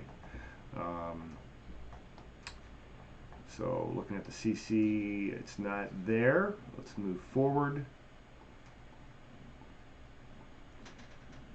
You know, trying to gauge whether this thing could be on the ground or not. And nope, not seeing that evidence yet, at least in the correlation coefficient. The good news is I'm back on NWS chat. That's great. They've allowed me to come back in, everybody. I thought I'd been banned. Yeah. Okay. It's good to be a part of the National Weather Service family again. Are you Jeremy Kappell of Wave 3 Louisville? Of Wave 3? Who's asking that question? Jacob Rubio. It's funny, Jacob. Wave was the only station in Louisville I did not work for at some point. I interned at LKY. I worked for several years at WHAS, and then most recently I worked for 6 years at WDRB, but I'm probably the Jeremy Kappell you're thinking of. Thanks for being here. Appreciate you stopping by. We've got 52 people right now on YouTube. Again, a new program. We just launched it a couple of days ago. Second time Jack and I have had a chance to work together, tracking the severe weather across the plains this evening. So Jacob Rubio, you say, is that orange a debris field? That orange is actually very, very strong winds aloft associated with storm relative velocity. He's talking about also he could see the hook echo on the south side of that storm. If you guys haven't already liked the page, please do that. Hit the subscription, the notification, and then maybe if you could be so kind, maybe you could share the channel as well with your friends. All right, so that seems to be the strongest of the storms, but it's not the only one. Watching that lone supercell directly to the east of it as well. This is located just across the Red River in the southwestern Oklahoma. Here's the warning information on that. It says tornado warning for northwestern Hardman counties canceled. That's the part that was in Texas. But what about the part that was in Harmon County? That does continue. Tornado warning remains in effect until 6:15 Eastern Time for northwestern Jackson and southern Harmon counties. It's a storm capable of producing tornadoes. Put that back into motion for you. I'm starting to see a lot more flash flood warnings popping up. Because there's a tremendous amount of precipitation with these storms. Well, rainfall is unbelievable. And I'm hope, I say hope. You don't hope for flash flooding, but if you had to take one over the other, I'll take the flash flood over the tornado. You've got a lot of warnings up over there. Let's take a look over at our other radar unit. And it's good. We're not seeing the number of tornado warnings that we were. And as Jack mentioned, that potential for flooding is going to be tremendous. We do have a YouTube watcher on here. He's not chatting, but I know he's here. Who is it? Give a shout out to Nick Abbott, co-worker of mine. He's got us up on his television on the big screen. Cool. Watching us. You're big time now. Yeah. Yeah. All right, Nick Abbott. Thanks for being here, and thanks for sharing the program as well. Watching the storms rolling across Oklahoma, the plains tonight. Oh, I didn't mean to zoom that way. I meant to zoom this way. And then as Jack had mentioned, we're seeing so much in the way of flooding. So here's just the warning information that we have. These are flash flood warnings that are in the green. So flash flooding from Wichita to Emporia. I mean, they're not messing around with these individual warnings. Also for Chanute, southeastern Kansas. Make your way north of Tulsa into Enid, Oklahoma. All of this is flash flooding. Not to downplay flash flooding, because it takes many, many lives each year. Tornado warning. That's not Joplin, is it? No, that was north there, I believe. I know it was. Let's make sure it's not dropping south, because that would be bad. Okay, that's the Pittsford storm. It is north of Joplin. Good. Don't have to explain why that's good. And so otherwise it's just the two supercells located on the Red River Valley that continue to command our attention, including the one, now this is looking better organized now. That's Gould, how do you say that? G-O-U-L-D, Gould. Things aren't looking so good in good. I shouldn't make light of it. It could be a tornado on top of these guys. Let's see if what INROT is showing. Yep. Okay. And normalized rotation. Looks like that's definitely increased the last few frames. This storm is getting better organized, and it's also merging with a cell to the south. You see that cell merger taking place? Watch that. That will strengthen it. We're going to watch these. Is that a new warning there? Velocities, yep, they sure did that. Okay. And for good reason. That storm. Yep, that just dropped, that new warning. Yeah, as I mentioned, that storm it's kind of a lone wolf. Those are the ones that can be most dangerous. Tornado warning for northwestern Jackson County, east central Harmon, south central Greer County. That's a severe thunderstorm capable of producing a tornado. Was located 4 miles north of Good. I want to say good, but it's not. There's an L in there. Gould? Gold. It's not gold. Gould. Like Gould. Like goulash, but Gould. Okay, Gould. Moving northeast at 30 miles per hour. This definitely bears watching because look, Jack, when you get away from everything else, Yeah. that's it. It's the one that sticks out. The rest of this is all embedded, but there's a new tornado warning also. Okay. It's coming in from Oklahoma City. We're going to have to investigate this in a minute, but just to give out the warning information, it's for Noble County, northwestern Payne, northwestern Logan, and southeastern Garfield County in northern Oklahoma. Tornadic potential galore with these storms. I'm going to keep my eyes kind of focused on this one for now. It's Yeah. definitely the most interesting. And, we talked about that classic kidney bean shape. It's got that and then some. Let's bring up my telestrator. Thanks to Jack, we can telestrate again. Although, Jack, it's not perfect, but I'm not perfect. I'm not complaining. It's not perfect, but it's a very economical choice. Jack, how long have we been on the wrong radar? I depend on you to show me this stuff. I did not even notice that. Jack's got one job to do. Yeah. That's not true. That's not true. So this is the storm of interest, folks, and this is getting better and better organized, located near Gold. Oh, I'm going to struggle with that. All right, so who's in the warning? Hester, Magnum, is it Martha? And what's that town right there? East Duke. East Duke. You guys need to be in your shelters now. We talked about that characteristic shape. And there's that kind of that kidney bean shape to it. But there's definitely, it's definitely hooking. There. Okay, we got new radar information coming in there. That's a massive hook. Okay. All right, let's check inrots on this. Okay, go back. Inrot it's pretty strong. This storm also located only about 3,000 feet away, up above. I say it's located. That's where the radar is sampling it at, about 3,000 feet above.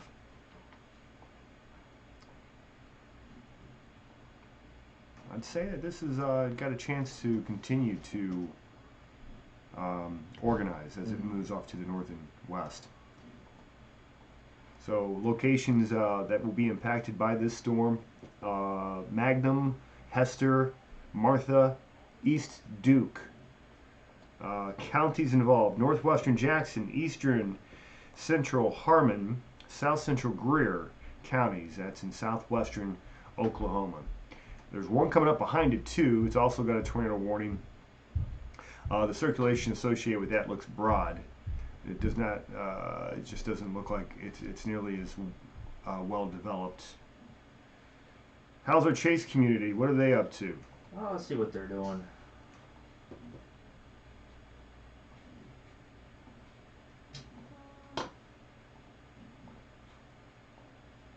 Let me see. Well, this one's kind of neat. Let's see if I can get that to pop up. Jacob, I'm not in Kentucky. I'm in Rochester, New York. Been up here for a year and a half now. But thank you for asking and checking in. Maurice Williams on here. You need to come back to WHS 11, not the same without you. Well, Maurice, thank you for that. I appreciate that very much. And if you'd like to see the comments on our page, I think I can show you that. Let's do that. Oh, I've got to sign in. Or do I have to?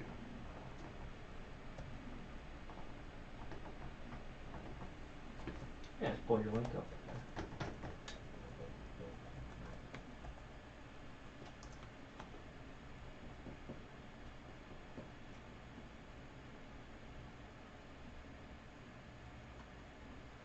Oh, you put an extra users in there. Oh, I did do that. Now, why on earth would I do something like that? I don't know. This is why he's here. Keeps me on the straight and narrow. I try at least. Okay, we've got 50 people in the room currently. Thank you for being here. Again, nasty tornado outbreak continues across portions of Texas and Sure you Oklahoma. muted that. It's a good call. That's actually a great call, That is a great call. if he doesn't say so himself. But Well, he might be a little biased. maybe. Now, there is one little issue that we're going to run into with this. Mm-hmm. Let me show you. You can give me how to fix it. Okay. It's that. So I would have to move it. We wanted to track the comments over here. Anyway, we'll figure this out for another time. It's also a double image. I'm trying to encourage people to comment.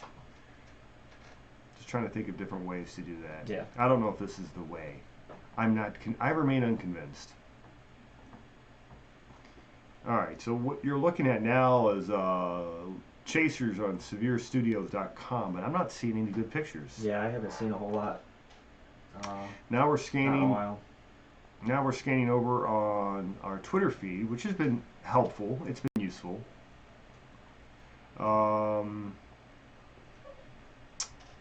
Okay. Here's Funnel Cloud. This is located near Post, Texas. This is coming out of the National Weather Service in Lubbock. I wonder if it's possible if I can get a peanut butter sandwich hand Oh, I thought you were delivered. going to say a Whopper. I want the Whopper. I just don't feel like the Whopper is going to happen.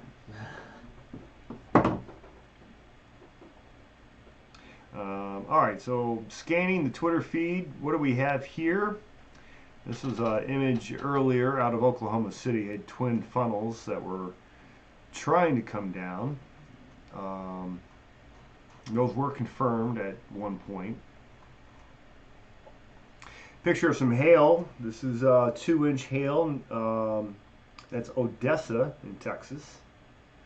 So there were a couple supercells that we can get a chance to sample out near Midland. Those were non-tornadic, however.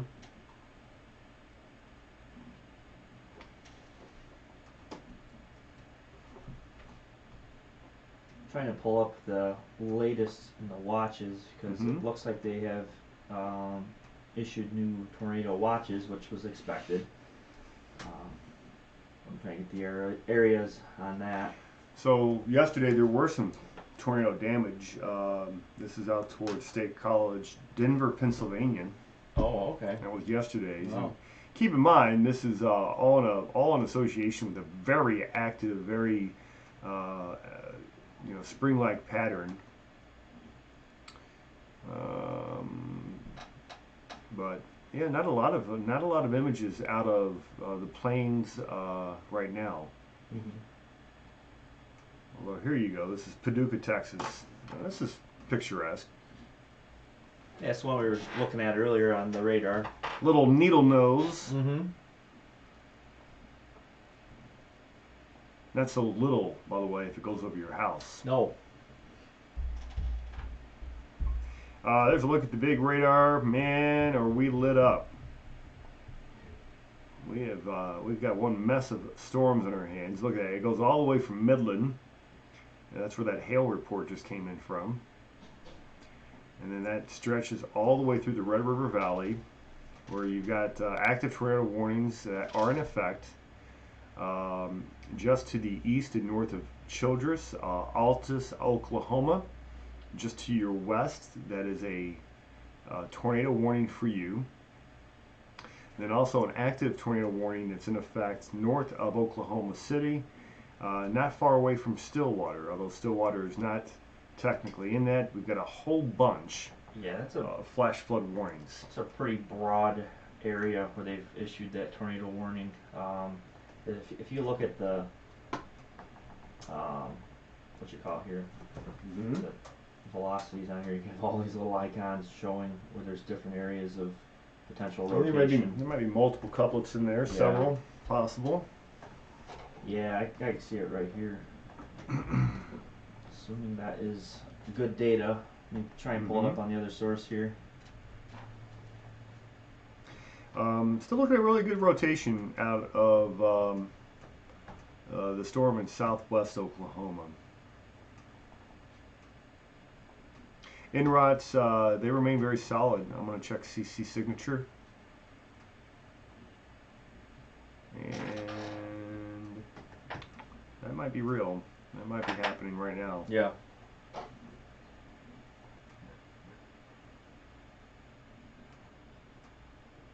Yeah, I would not be surprised if this is not on the ground currently. I'm surprised we don't have a chaser out there on it. I'm sure they're probably going to it right now. If there's not chasers on this thing, there will be. There should be.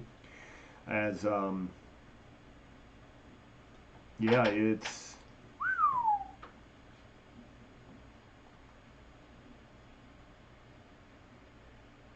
I mean, this one's got an opportunity. It's got a chance because if we go back over to the mesoscale page, taking a look at the amount of CAPE that's available in the atmosphere, that is a part of Oklahoma that's sitting at around 4,000 to 5,000 units of CAPE, about 4,500. That's a lot. That is a tremendous amount of CAPE. So that will allow that thing to continue to grow and feed. And I'm on. Oh, did I do it again, Jack? Oh, were you not on the other source? No, I'm bouncing around sources, but I'm not changing Ah. with. That's interesting, though. That's an idea for the future, though. We think of different ways we can present this show. And I know there's a couple other hobbyists that are out there that are doing this with great success, by the way. Oh, yeah. But the variation of methods, Mm-hmm. there's a lot. There's a lot of ways we can do this. Yeah. So just need to be thinking about that because his method, which is basically just taking it straight from the desktop, right? Right. So whatever he's looking at is what You're you're looking looking at. Maybe there's more to it. Maybe because right now we're going through how many sources? You've got quite a few. Yeah. All right, we'll come back to this. Let us know what you guys think, though. And currently 44 people on here. Got Marie Demastis on here. A lot of different crosswinds. Robin Kuhlman, lock and load video, 20-something warnings. I'm sure that is including all of the severe thunderstorm and probably the flash flood as well. Do we have a total of tornadoes that have touched down? That won't be confirmed probably until tomorrow or later in the week. But all right, yeah, good deal. Appreciate you guys coming on over. If you haven't already subscribed, please do so. Hit the notification button while you're at it. So far today, and this is all preliminary. There's 5, but those have to be confirmed Yep. still. That's just preliminary data. And it's early, folks. It's early. The storm's not going to weaken this evening. Okay, I think if there's weakening, it's going to be overnight. It'll be late. But what we would like to see is that this thing forms a solid line and not come through as individual supercell thunderstorms, which is never what you want to see. I'm looking at the new run of the NAM. I'll share that with you after one last scan of that supercell located over southwest Oklahoma. That's the one that I find most concerning. It's got a good hook to it. Rotation actually looks a little bit more diffuse. Let me see if that en-route agrees with that. It does.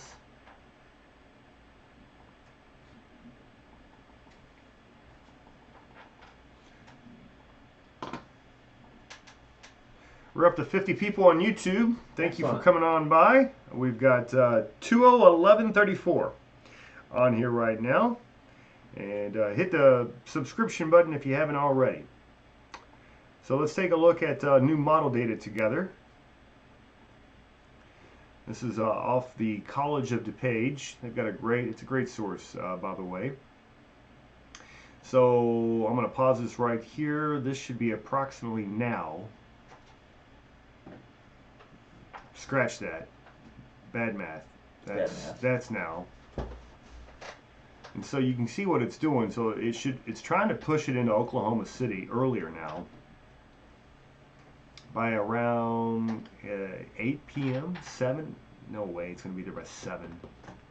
8 p.m. And then it flares up more Boeing segments of thunderstorms, likely some supercells across the big country of Texas, and then into North Texas before it weakens overnight. That's what that shows you. Let's take a look at the HRRR while we're here. So this is initializing here. That looks right. And it does not bring it to Oklahoma City until about 9 or 10, about 10 o'clock. I think that makes more sense. But they continue to fire again across the big country of Texas. It's it's the Abilene market. Abilene sometimes referred to as Lubbock. And then it pushes off to the east and south.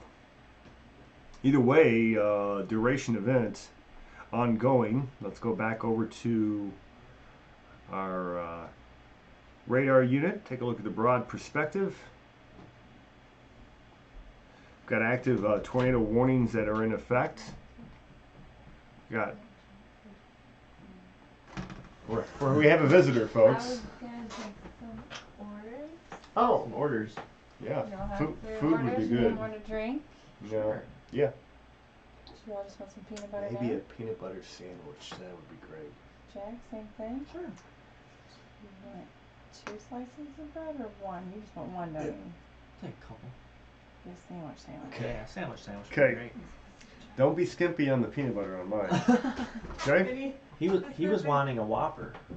That sounds actually amazing, would be actually. awesome. I can let it roll. Well, yeah, well, yeah, this peanut butter is just going to hold me over. And then we'll do tacos. Okay. Sorry about that. Have to get our energy and our fuel. Don't be sorry about that. You know, Well, do what we got to do here. Okay, and then I've got Ray on the Facebook, Bonnie Andrews, and Pat Morrison. Well, thanks for stopping by, and again, if you haven't already, share that YouTube link. Share that around. That's going to be, again, the main operating station for Here, I got a picture coming in. This is the one southwest of Magnum. Magnum. That is doing business. We thought it might be. So let's go back over to that. That's the cell you see there, tucked away in southwestern Oklahoma. Some quick refills on the water there. Thank you. Very impressive. Thank you. Better time than what I get when I go out to wait. There it Get is. waited on.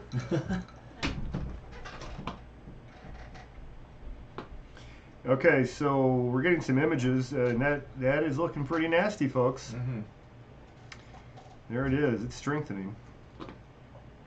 Okay, that wind, that's about, wow, about 80 miles per hour towards away from the radar site. And then on the other side, we've got about 45 miles per hour. So about 135 mile per hour shear associated with this. So the town of Magnum, you're in trouble. That's moving towards you.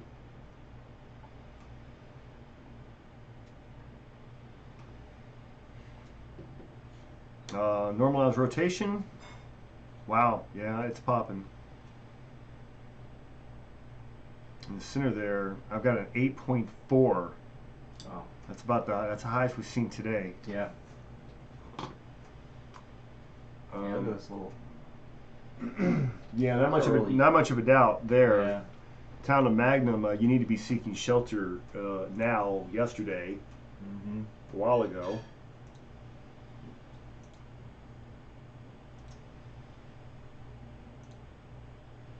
All right, so looking for. We'll go back out of the Lubbock chat, see what they have to say. So okay, so Lubbock did expire theirs for Childress.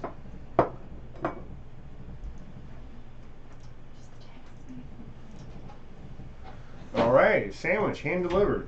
How about that? Hmm? We're allowed to eat on camera? No.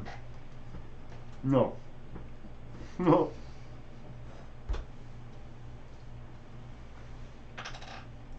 Okay, so I'm trying to get back into Oklahoma City.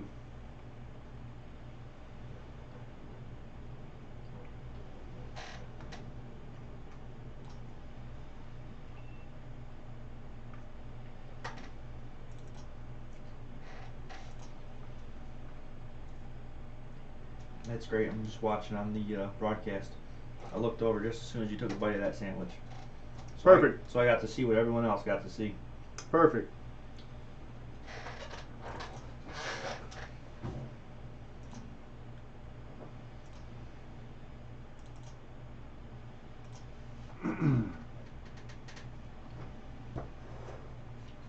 Okay, Jack, do we have any new images that we can show? Great question. Let me take a peek here. Where's that one I just had?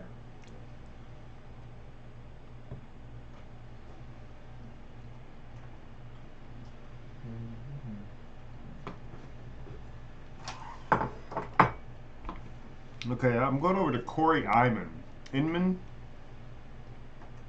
I'm not sure if we can get a picture up or not. I'm going to send you the link to this picture here. Sent on Facebook. Okay. We're not going to get that image up. It looks like he wants money. He wants money. We can't show you his image, but he has an image of a tornado that we cannot show you. Mm-hmm. Oh well, we can show you other things. We've got about 48 people on here, so pretty steady crowd. That's on the YouTube channel. Be sure to subscribe. Hit the notification button if you don't mind. And I'll tell you what, it's pretty windy up here in Western New York today. Yeah, it is. Fortunately, not as windy as what they're experiencing across parts of the plains. Still looking at that that one cell. This is the dominating. This is the Dom. I'm calling it. And you may ask, why have we identified this one as the storm? It's because of its relationship with the rest of the storms that are out there. So I'm going to take you back over to our other radar, kind of help you see what we're seeing from kind of a broader perspective. So all these storms out there, they're all kind of clustered together, but this one it's the most discreet. And when I mean discreet, I don't mean that it keeps secrets. I mean it's by itself. So the one that's by itself, it's got the opportunity to take in the most energy from like almost all sides. Okay? If you're back here, you're hidden in the crowd, well, there's no energy on the north side. Okay? North side's rain-cooled, drier air. So these storms derive their energy always from the south or southeast. So if you're a storm that has unfettered access to air on the south or southeast, or it can be east, then basically it's going to draw in more energy than anything around it. And that will allow that beast to continue to fester and to feed. All right, so Weather Service is chatting about something over here. Yeah, I got a new one coming in. This is saying damaging tornado, life-threatening situation. Seek shelter now. And that is for Hobart, Granite, Lone Wolf, Oklahoma.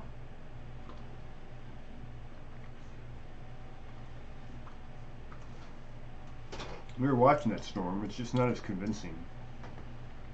We can go back to it. That's the one that was near Magnum. They're just extending the. Oh, that's the same one. Yeah. I thought you were referring to the one No. up there near Stillwater. Okay. But that is that is observed, if I'm not mistaken here. Yeah, confirmed an extremely dangerous tornado, large and extremely dangerous tornado, 7 miles southwest of Magnum, moving northeast at 30 miles per hour. That was from the warning that came out about 8 or so minutes ago. Okay. And they're just getting the warning out to anybody further beyond that path. And that's smart. That is coming that direction. I'm looking at echo tops associated with the storm, and widespread 50,000 feet. 50,000 feet. Which, that's a healthy storm. Mm-hmm.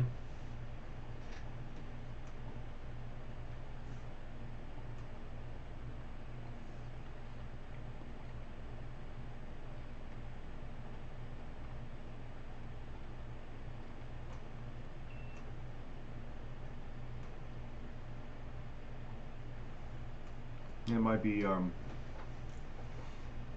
trying to form a TDS with that too. Yeah. Now, I don't know what happened to my velocity, but it left me. Oh. All right. I had to reboot my analyst radar. Did you? Because- Well, this will be the second time tonight that I've had to do this. Yeah, mine was dropping. I wasn't getting the new warnings on here, so I had Okay. to boot it.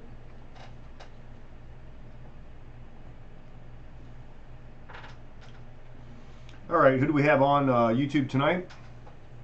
CCG US Help Desk 2. Nothing going towards Oklahoma City, not yet. Not yet. Eventually, whatever comes with the Magnum storm, eventually, that could become a problem for Oklahoma City. That may be enemy number one, so to speak.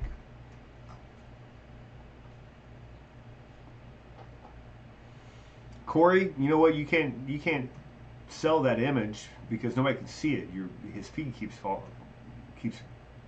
going away. Oh. I know it's not, cell service out there is not very good. Right. Yeah.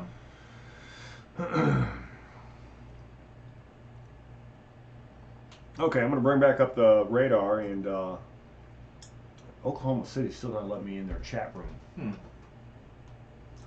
There's a new one here. Let me see here. But as Jeremy was saying earlier, it's such a large area that we're looking at right now. So it's you kind of have to shift your eyes from one area to the other, back and forth. It takes practice. That's why we got two of us here. Mm-hmm. Honestly, you could have, 3 or 4 people working on this right now.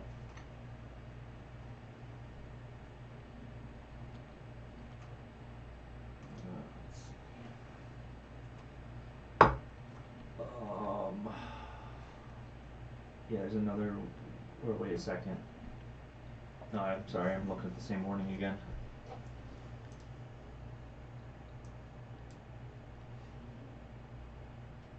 There you go. There's a picture coming in from Channel 9 on Twitter. It appears to be a tornado approaching the town of Magnum. I can probably show you that. Go ahead and get that up. So that's scary. Yeah, they just issued an update on that warning. Ooh, here's another picture of it too. Oh wow. Yeah, okay. Yeah, we should share this. Yeah, get that up on your source there. There we go. Wow, look at that. Okay, so, all right, and that is the chaser that didn't want his image shown, but we can take it directly off Twitter if it's out there and share that with you. So there, that's a sizable storm. Let's see. See whether other images are available from that. So this is one shared by the National Weather Service. It looks like that's the same storm.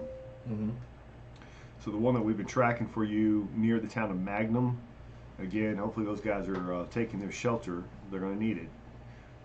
Tornado on the ground. It looks like kind of a stovepipe. Yeah. I'm tracking that Oklahoma storm, by the way. That I say Oklahoma. The one from Morrison, Perry.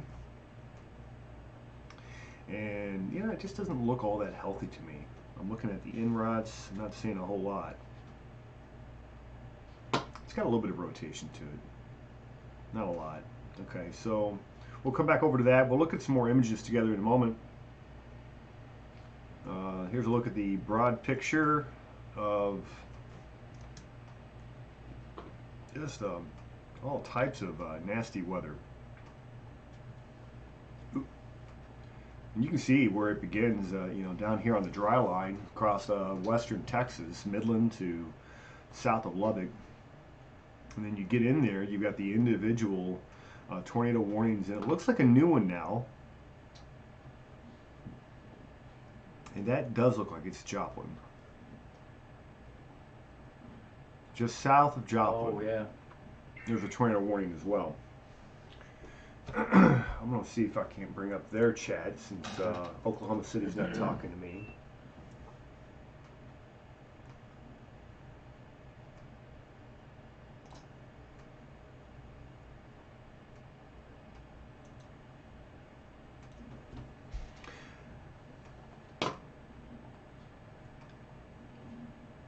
So this is that Oklahoma storm that we're watching again. This is north of OKC, crossing over Interstate 35. I'm going to get relative motion on this.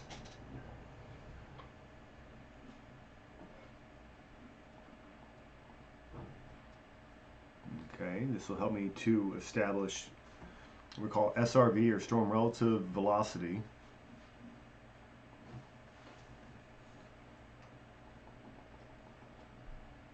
And you know, it's just so far away from the radar site, it's difficult to tell what's real and what's not. It does have some normalized rotation in it, so that area of rotation is lifting more north than it is east, so that could put it up here close to this town, which is Red Rock, Oklahoma. Hopefully you guys are taking your precautions. Let's come on back down here to Wichita Falls. Watching that storm again, it's observed. We know that. We're just looking at pictures on Twitter. Chasers that are watching this storm. Have that back up for you in just a moment. Let's go back over to Twitter, and this is again what that storm looks like near Magnum, Oklahoma. Again, looks kind of like a stovepipe. Pretty healthy looking tornado. There's another look at it.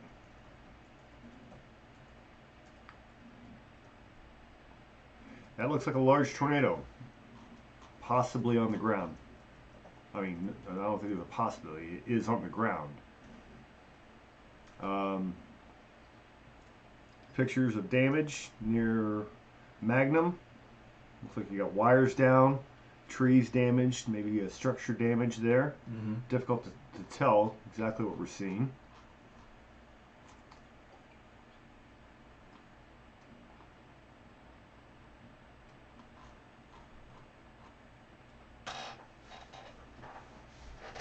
Here's a picture. Again, Magnum, Oklahoma. Large wedge tornado confirmed. This is from KOKH, Fox 25.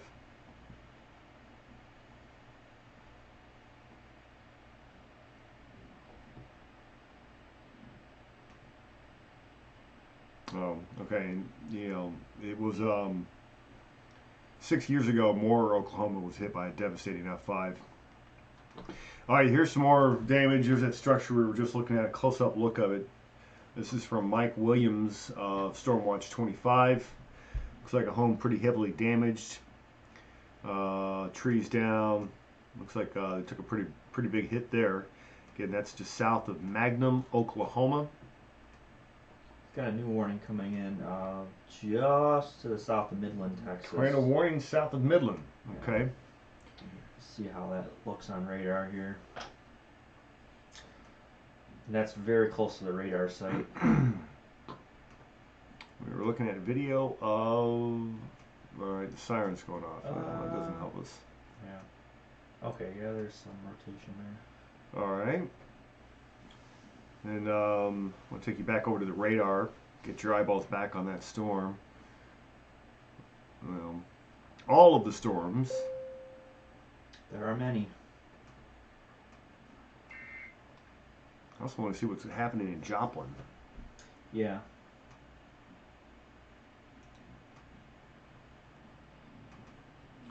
So let's pop on into the Springfield office.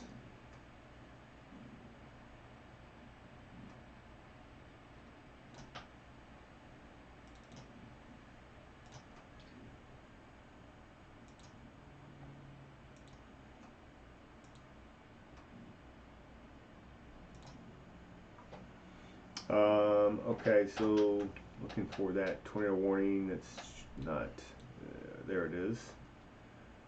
So what they're saying is tornado warning. This is out of Springfield, Missouri. For Jasper, Newton, Missouri, Jasper and Newton counties until 6 p.m. A severe thunderstorm capable of producing a tornado was located near Duenweg, or 7 miles southeast of Joplin. So at least it's not in Joplin proper. There appears to be a TDS on that one by Magnum? No, Midland, Odessa. Okay, we got something else to investigate here. All right, well, I want to look at Magnum one more time, and we'll come back to this one. So let's take you back over to our other radar source to do that.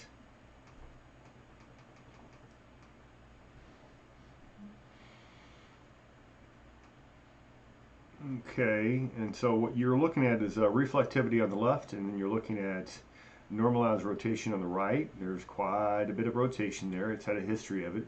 We know this is on the ground, unless it just lifted, because we've been seeing pictures galore. Again, it looks like it went just north of the city or the town of Magnum.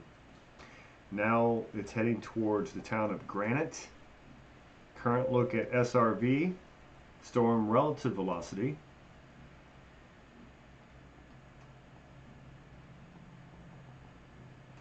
And I mean, it's strong rotation. There's no doubt about that. Looking for the possibility of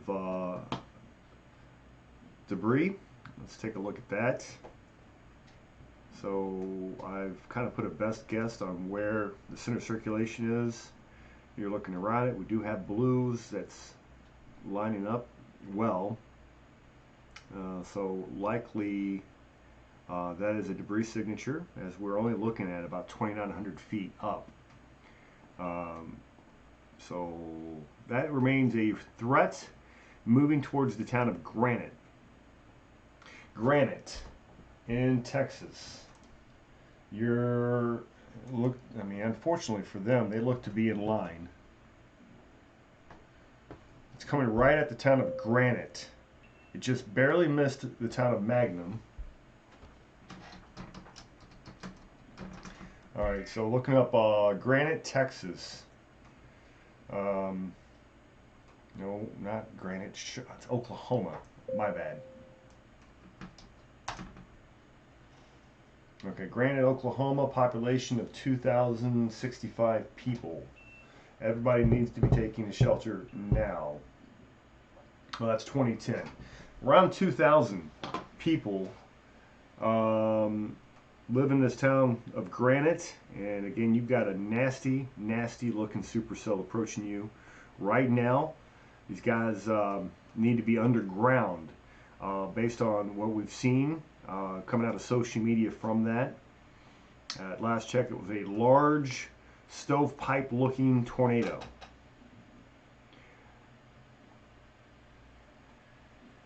There's a look at that picture just a little while earlier. Again, coming out of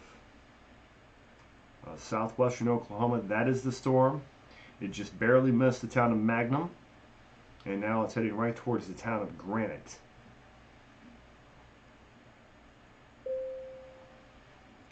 Other storm of interest, one south of Joplin. New tornado warning issued. This includes Pawnee, Oklahoma, and Cleveland. We'll investigate that coming up. This is the one for Granite and Magnum. Again, to me, that's the most dangerous storm out there right now. But we do need to look at the one south of Midland. So give me a moment. I'm going to turn our other radar unit loose on that.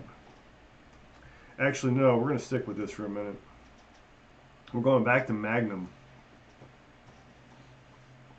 and Granite. That's this storm here. This is the reason why. Your computer crashing over there? Oh, it's getting hot. Gotta work on that there. Yeah. Alright, so the town of Magnum was a narrow miss, but Granite, this storm's on top of you. This thing is moving fast. I think moving at around 40, 45 miles per hour. Look at these wind fields, though. Well, my goodness. That's a... you don't like to see this. The town's going to get smashed. I don't like to see this at all. That's a debris ball. The town is getting a direct hit right now. The town of Granite, look at that, Oh, Jack. Yeah. Right over them. Lots of debris. Mm-hmm. Good grief. Let's take a look at normalized rotation on it. And Oh, look, my. looks like we've got a little bit of bad data on that last frame. Oh, okay. Let's Well, say that that. last frame's not necessarily picking it up, but it's there. I don't think there's any doubt. And if, or you know, unless it's by the grace of God, it lifted it right near the town of Granite. But Mm-hmm. that velocity signature is wicked. That's not good.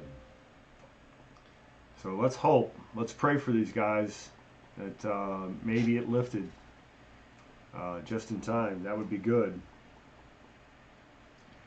So, all right. So there's a look at that storm again. I wanted to watch it as it caught up to the town of Granite. Mm-hmm. Nasty looking kidney bean, and this thing may be cycling too. Got a live look. It's a storm near Magnum. Okay. On. Is it lifted? That's current? It looks like that's lifted. Yeah. Well, then let me tell you, friends, Magnum may have just got spared. I don't know how. Or I'm sorry. Is this? Not Magnum, Granite. Town of Granite. I'm looking. This is. Okay, this is too far away. Apologize about that. That's No. not. That's well behind the storm. Oh, okay. We'll see. We'll see what the reports are. Yeah. All right. We want to check out that storm south of Midland next. Let's cruise on down there.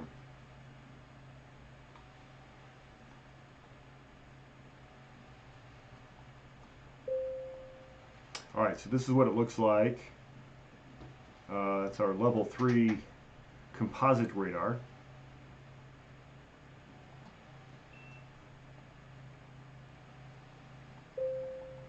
I think your computer's crying for help.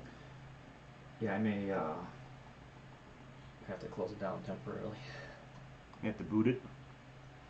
Let Give it. it, give it a little breather. Okay, so pulling up information on the storm south of Midland, and let's see who we've got. Got Benja on YouTube right now. 6 p.m. is coming. I think this outbreak is getting a peak from 6 to 8 p.m. That's coming in from Benja. I've got Dave Creek on here. Enjoying the show, guys. Thanks. Well, that's great. Is that the Dave Creek from WHAS lore? Is it? Dave, if so, good to see you on here. And lock and load video. Confirmed tornado. No strings yet. Okay. National Weather Service Norman. Another tornado has formed with the storm near Granite. Lone Wolf is next in line. All right. I'm glad somebody's passing along information from Norman since I'm not in communication with them. Well, maybe we'll just follow the Twitter stream. Follow their Twitter. Yeah.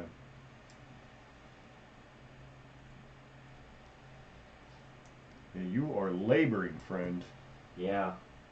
Yeah, it looks like that tornado warning near Midland Mm-hmm. is a confirmed tornado located 11 miles southeast of Odessa, moving east at 20 miles per hour.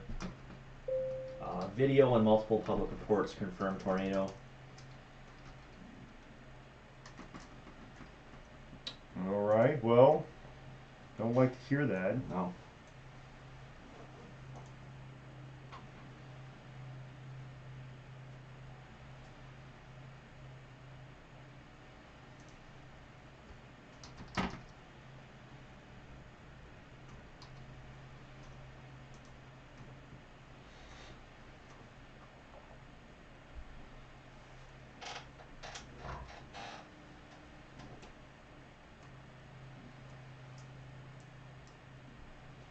Let's take a look at what's happening here on the tweet deck, see if we got anything new coming in.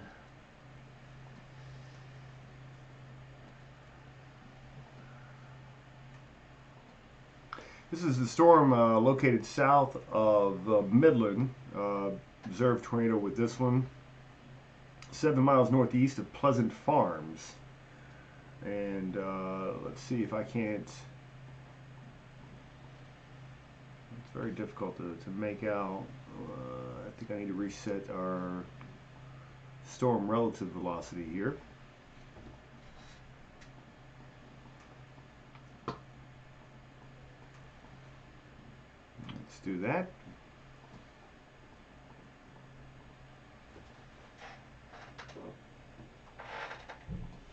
Making sure I'm not burning a hole in your desk. Yeah, this one's really close to the radar site. I mean, I'm not seeing.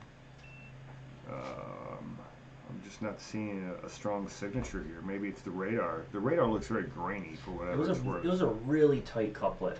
Like, Was it? It was probably underneath that icon, honestly. Oh, there it was. Yeah, it must have just maybe dipped down for just a second.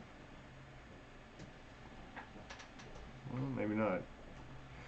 Difficult to say. Not going to spend too much more time tracking this rascal, though. Not a whole lot out there. That territory, very, very sparsely populated.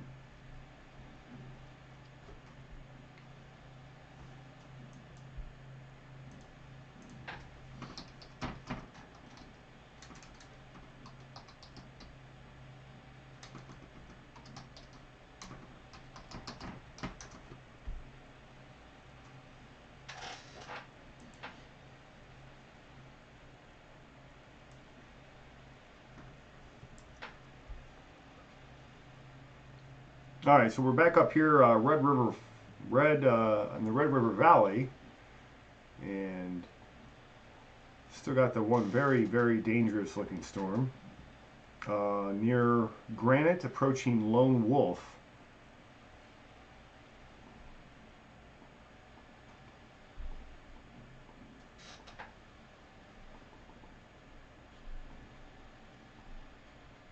And that signature, yeah, it's coming back together.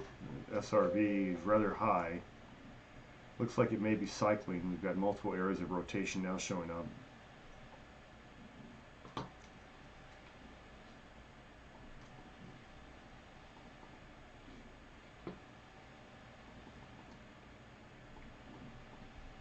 think your computer's heating up the entire room, Jack. Want me to crack that door open? Might help. Yeah, might help. These lights definitely heat the place up too. A little bit.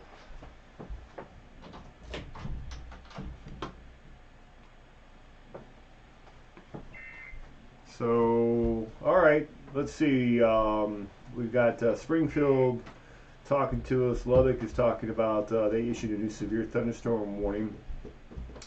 Also for Childress and Hall. And you know we're live on YouTube right now, right? Mm-hmm. Okay, all right. I haven't seen this one yet today. I think that's what he's trying to tell me. And then who's outside right now? All right, Lando, what you got going on? What are you eating right now? Nothing. Nothing at all? Yeah. All All right. Well, Jack, what do you say here? See where the crowd is at. We've got just a small crowd at this point on the YouTube tonight. We've been on for quite a while. I can tell you that. There's certainly more to track and watch. Since I got home. What's that? You guys have been on ever since I got home. Yeah, I've been on This for is a like 3 while. hours ago. No, We have been on for a almost 4. while. But it's not in Oklahoma City yet, so now may actually be a pretty good time to take a break. I do want to look at one thing before we do so. That is, again, so we're looking at the storm down here near Lone Wolf, approaching Cambridge. That's let's get the warning information on it one more time. That is a tornado warning remains in effect till 6 p.m. Confirmed tornado was located 4 miles north of Granite, moving northeast at 35. Damaging tornado and golf ball sized hail expected with that. This has been confirmed. And they did extend that warning further north and east as it does extend through Cambridge. New warning now continues into Sentinel, Retrop, maybe is it Rocky? Southwestern Washita County, that's Kiowa, northwestern Kiowa County, and east central Beckham County, in western Oklahoma. So that's where that current warning is located at. Looks like there's one just to the west of there now too. Okay, that's associated with the now main line. Yeah, a little bit of got a little bit of spin. Yeah, that's definitely spinning. Located just north of Vinson. Yeah, they pop that quick. Mm-hmm. There's a little bit of normalized rotation on that as well. So obviously, all this bears watching.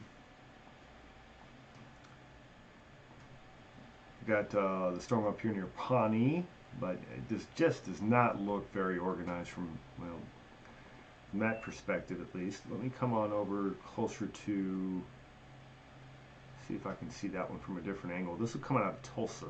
Mm-hmm. I have that up in a moment. Going back over to our other radar units. Just a mess out there tonight. I've got a picture here of the twister near Magnum. Near Magnum. Let's see if I can find that as well. Yeah, it's under the OKWX tag. Okay.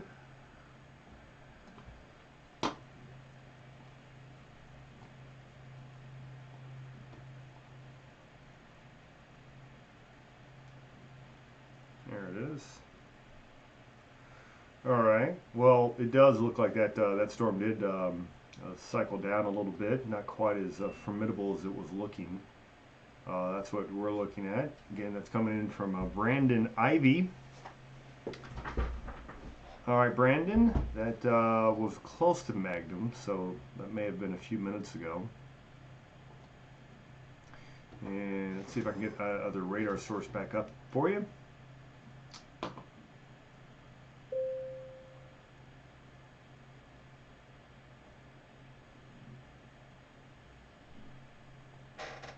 Okay, so there's the big radar.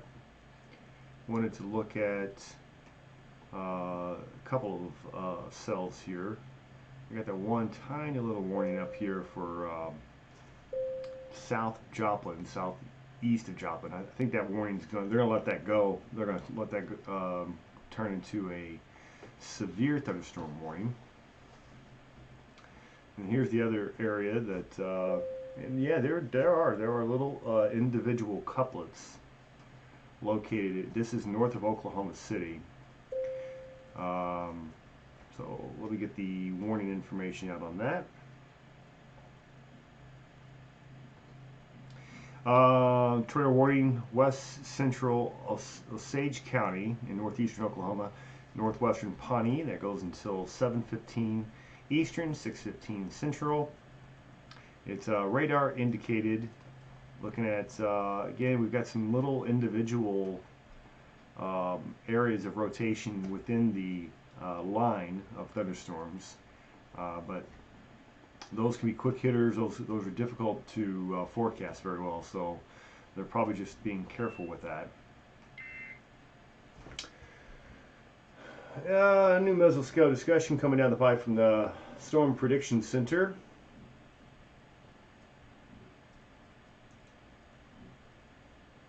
And indeed, Springfield went ahead and they just expired the tornado warning for Jasper and also for Newton.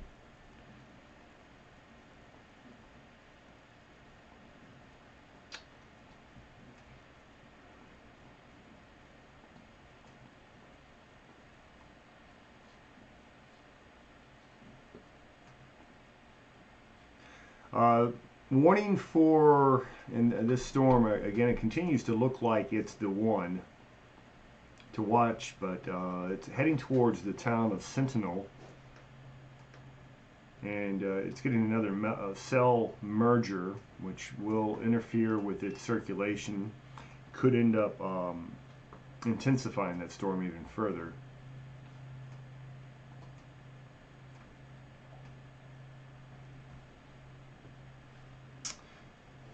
Yeah, Benji, I'm watching that with you, talking about the new mesoscale discussion coming down the pipe from the Storm Prediction Center. And there it is. Okay, that's going to include areas from Midland to Childress, Texas. Tornado threat will continue within Tornado Watch 197. What are you seeing over there, Jack? I'm just looking at keeping up on the warning feed here. Looks like we have a video. Oh, that's from earlier. I did just see a video. It was kind of at a farther distance of the tornado. Yeah, near Magnum, from Aaron J. Jack.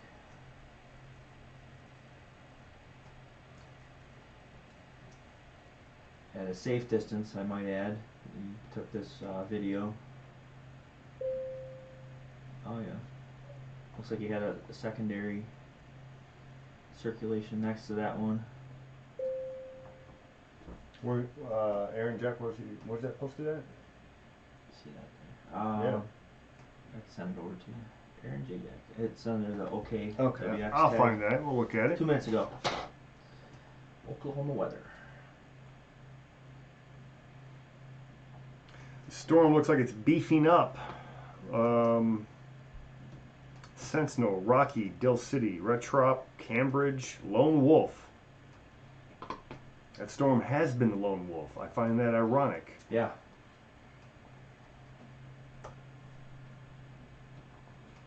Alright, so let's go back, take a look at some of these images coming in through social media, as Jack was telling you about. Said that video came in a couple of minutes ago. Here it is. That's from Aaron J. Jack.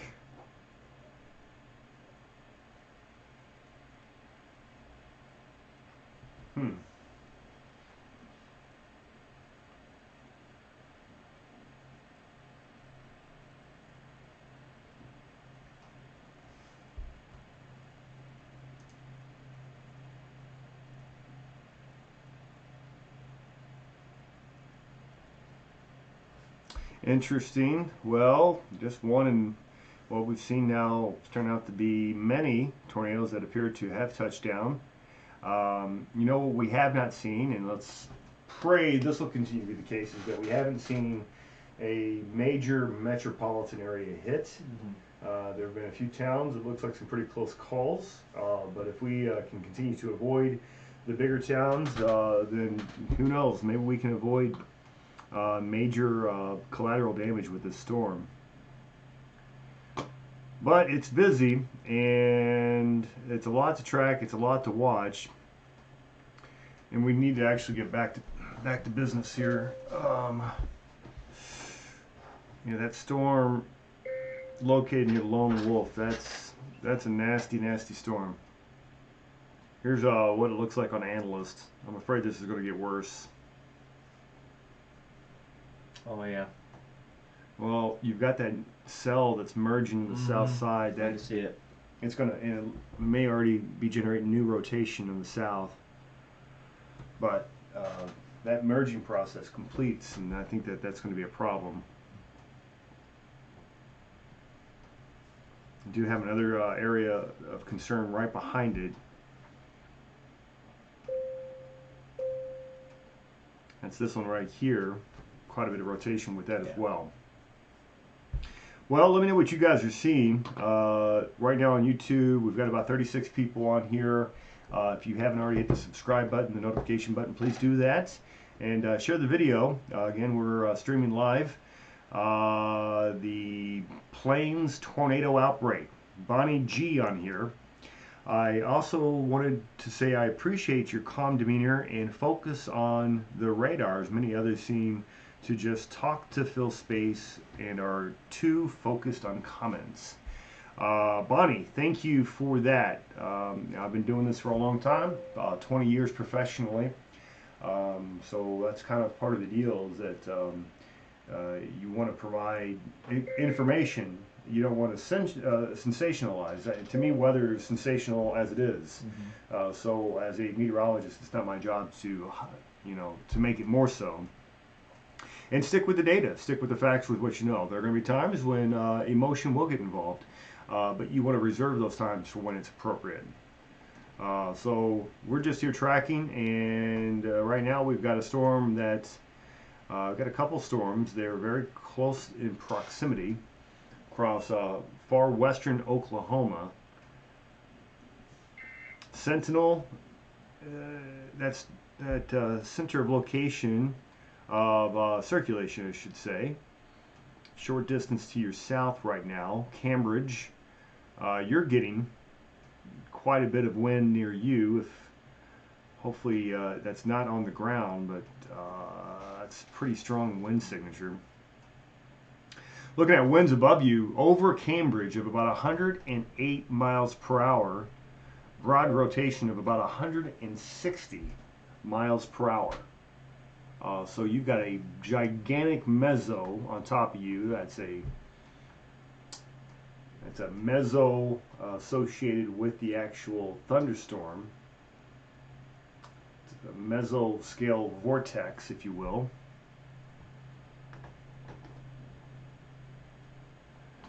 Let's see what our friends over at the Weather Service are saying, and also what is NWS Norman talking about. Important technical discussion about our continued tornado potential across southwest Oklahoma. The event is not over. They're capitalizing NOT. Got it. This is I guess mentioned, pretty long-winded event. We knew it would be. What do you say, Jack? Yeah. Did you get your computer? It's not as loud as it was. I don't know if it's because I cracked the door and you got a little cooler air in here, maybe. Okay. Or maybe I'm just not working as hard. You're doing all the hard work here. Oh, good grief. Did you take a look at the NROT on that storm there? I'm looking now. Again, we've got a couple of them. It's the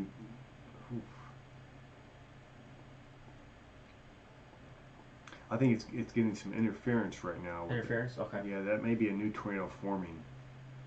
Yeah, inruts they're high. They're not pegged. Okay. That's the product on the right hand side of your screen. It stands for normalized rotation. And oftentimes is an indicator that you may have something that's either forming or has formed.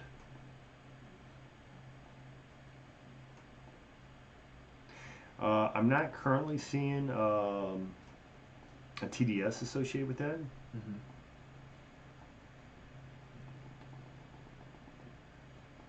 So we'll continue to monitor. It's 7 o'clock. We've been on for a while. Been on for about 3 hours now. I'm trying to decide whether we want to take a little break. Because again, the storms are away from Oklahoma City Metro. Tulsa is at a safe distance for now.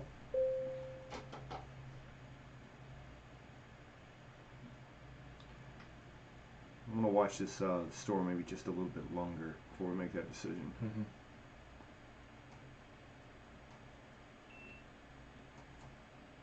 I mean, it's definitely changing shape. It's Yeah. So you've got two cells. I think what's going to happen is the north one's going to lose. This thing's going to reform south. Oh, and they did. They already issued the new tornado warning.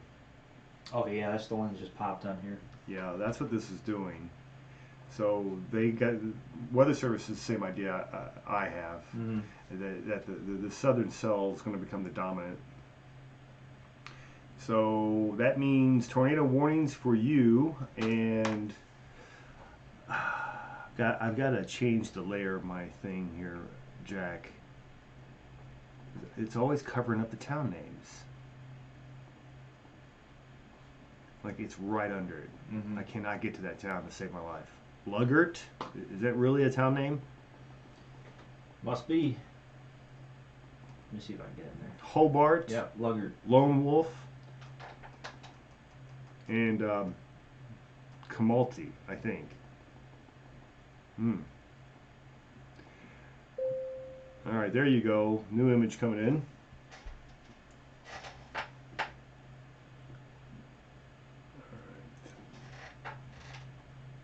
See Weather Service out of Norman. They're quiet at the moment.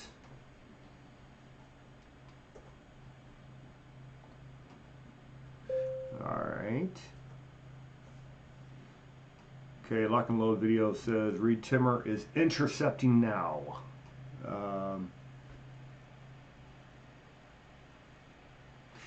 Adam from Norman, work in Moore, Oklahoma. Thank you for your coverage. How about that? We're getting a little bit of love from Norman all of a sudden. good. Well, Adam, thank you. I'll have to find him and follow him, make him a friend. Okay. Thanks, Adam from Norman.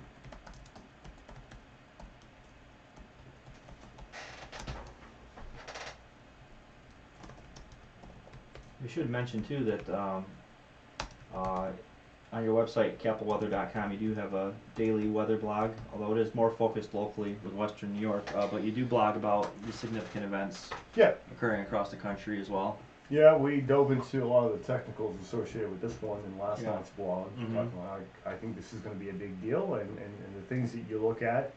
But thanks for the plug there, Jack. Yeah. Good information. So it's kappellweather.com. If you haven't already visited, please go. You can also get there from typing in WxLiveNow.com. It's going to take you to the same place. So there's that. Okay, watching this, I just didn't want to let go quite yet before we see what this is going to do.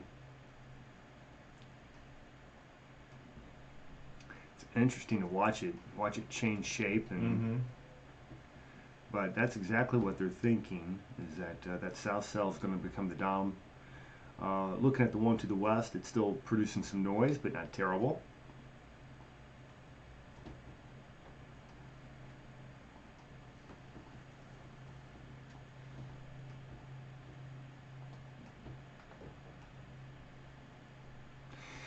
Kirk on here, love what you're doing. Thank you very much, Kirk. That's Kirk on YouTube. It's Ryan Kirk. Ryan Kirk on the YouTube. So thank you very much. It looks like we've just about lost our Facebook crowd. Yeah.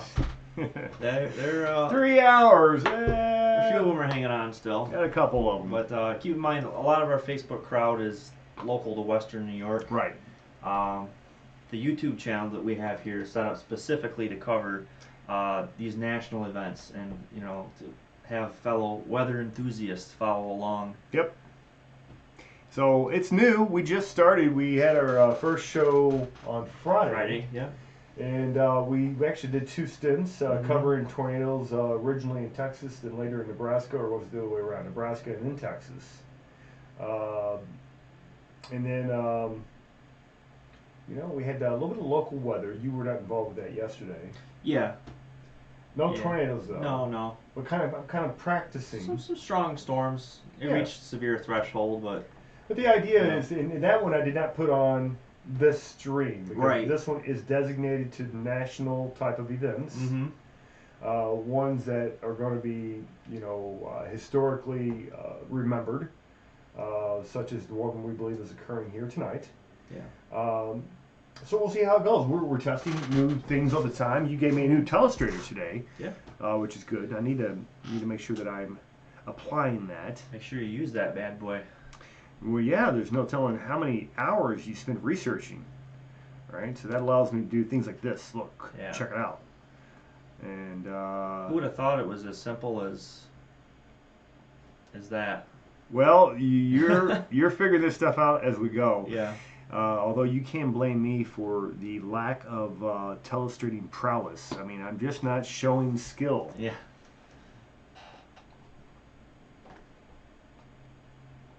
So, yeah, interesting storm cell here. We'll see how it comes together. But we have been on for a while. I think we need a break for dinner. Maybe reset ourselves a little bit, and then we'll see if we want to come back on as the weather approaches Oklahoma City, maybe Tulsa later on tonight. So, you good with that plan there, Jack? Maybe taking a short little break? Sounds good to me. All right, let's take a look. As always, I mean, Jeremy and I are not the only source out there, so we're not going to be offended. Make sure you turn into your local media. But they do need to go ahead and hit the subscribe button, the notifications, so when we pop back on, you guys can come back over. And in the meantime, we're going to get some dinner in us. You guys stay safe. Hold on, new tornado. Nope, it's the same one. Tornado warning continues for Dickens County. Texas. That's Texas. It's been observed. Well, that's good to mention. And let's see. Oh, is that a new? It says continues, but it looks like it's a new warning.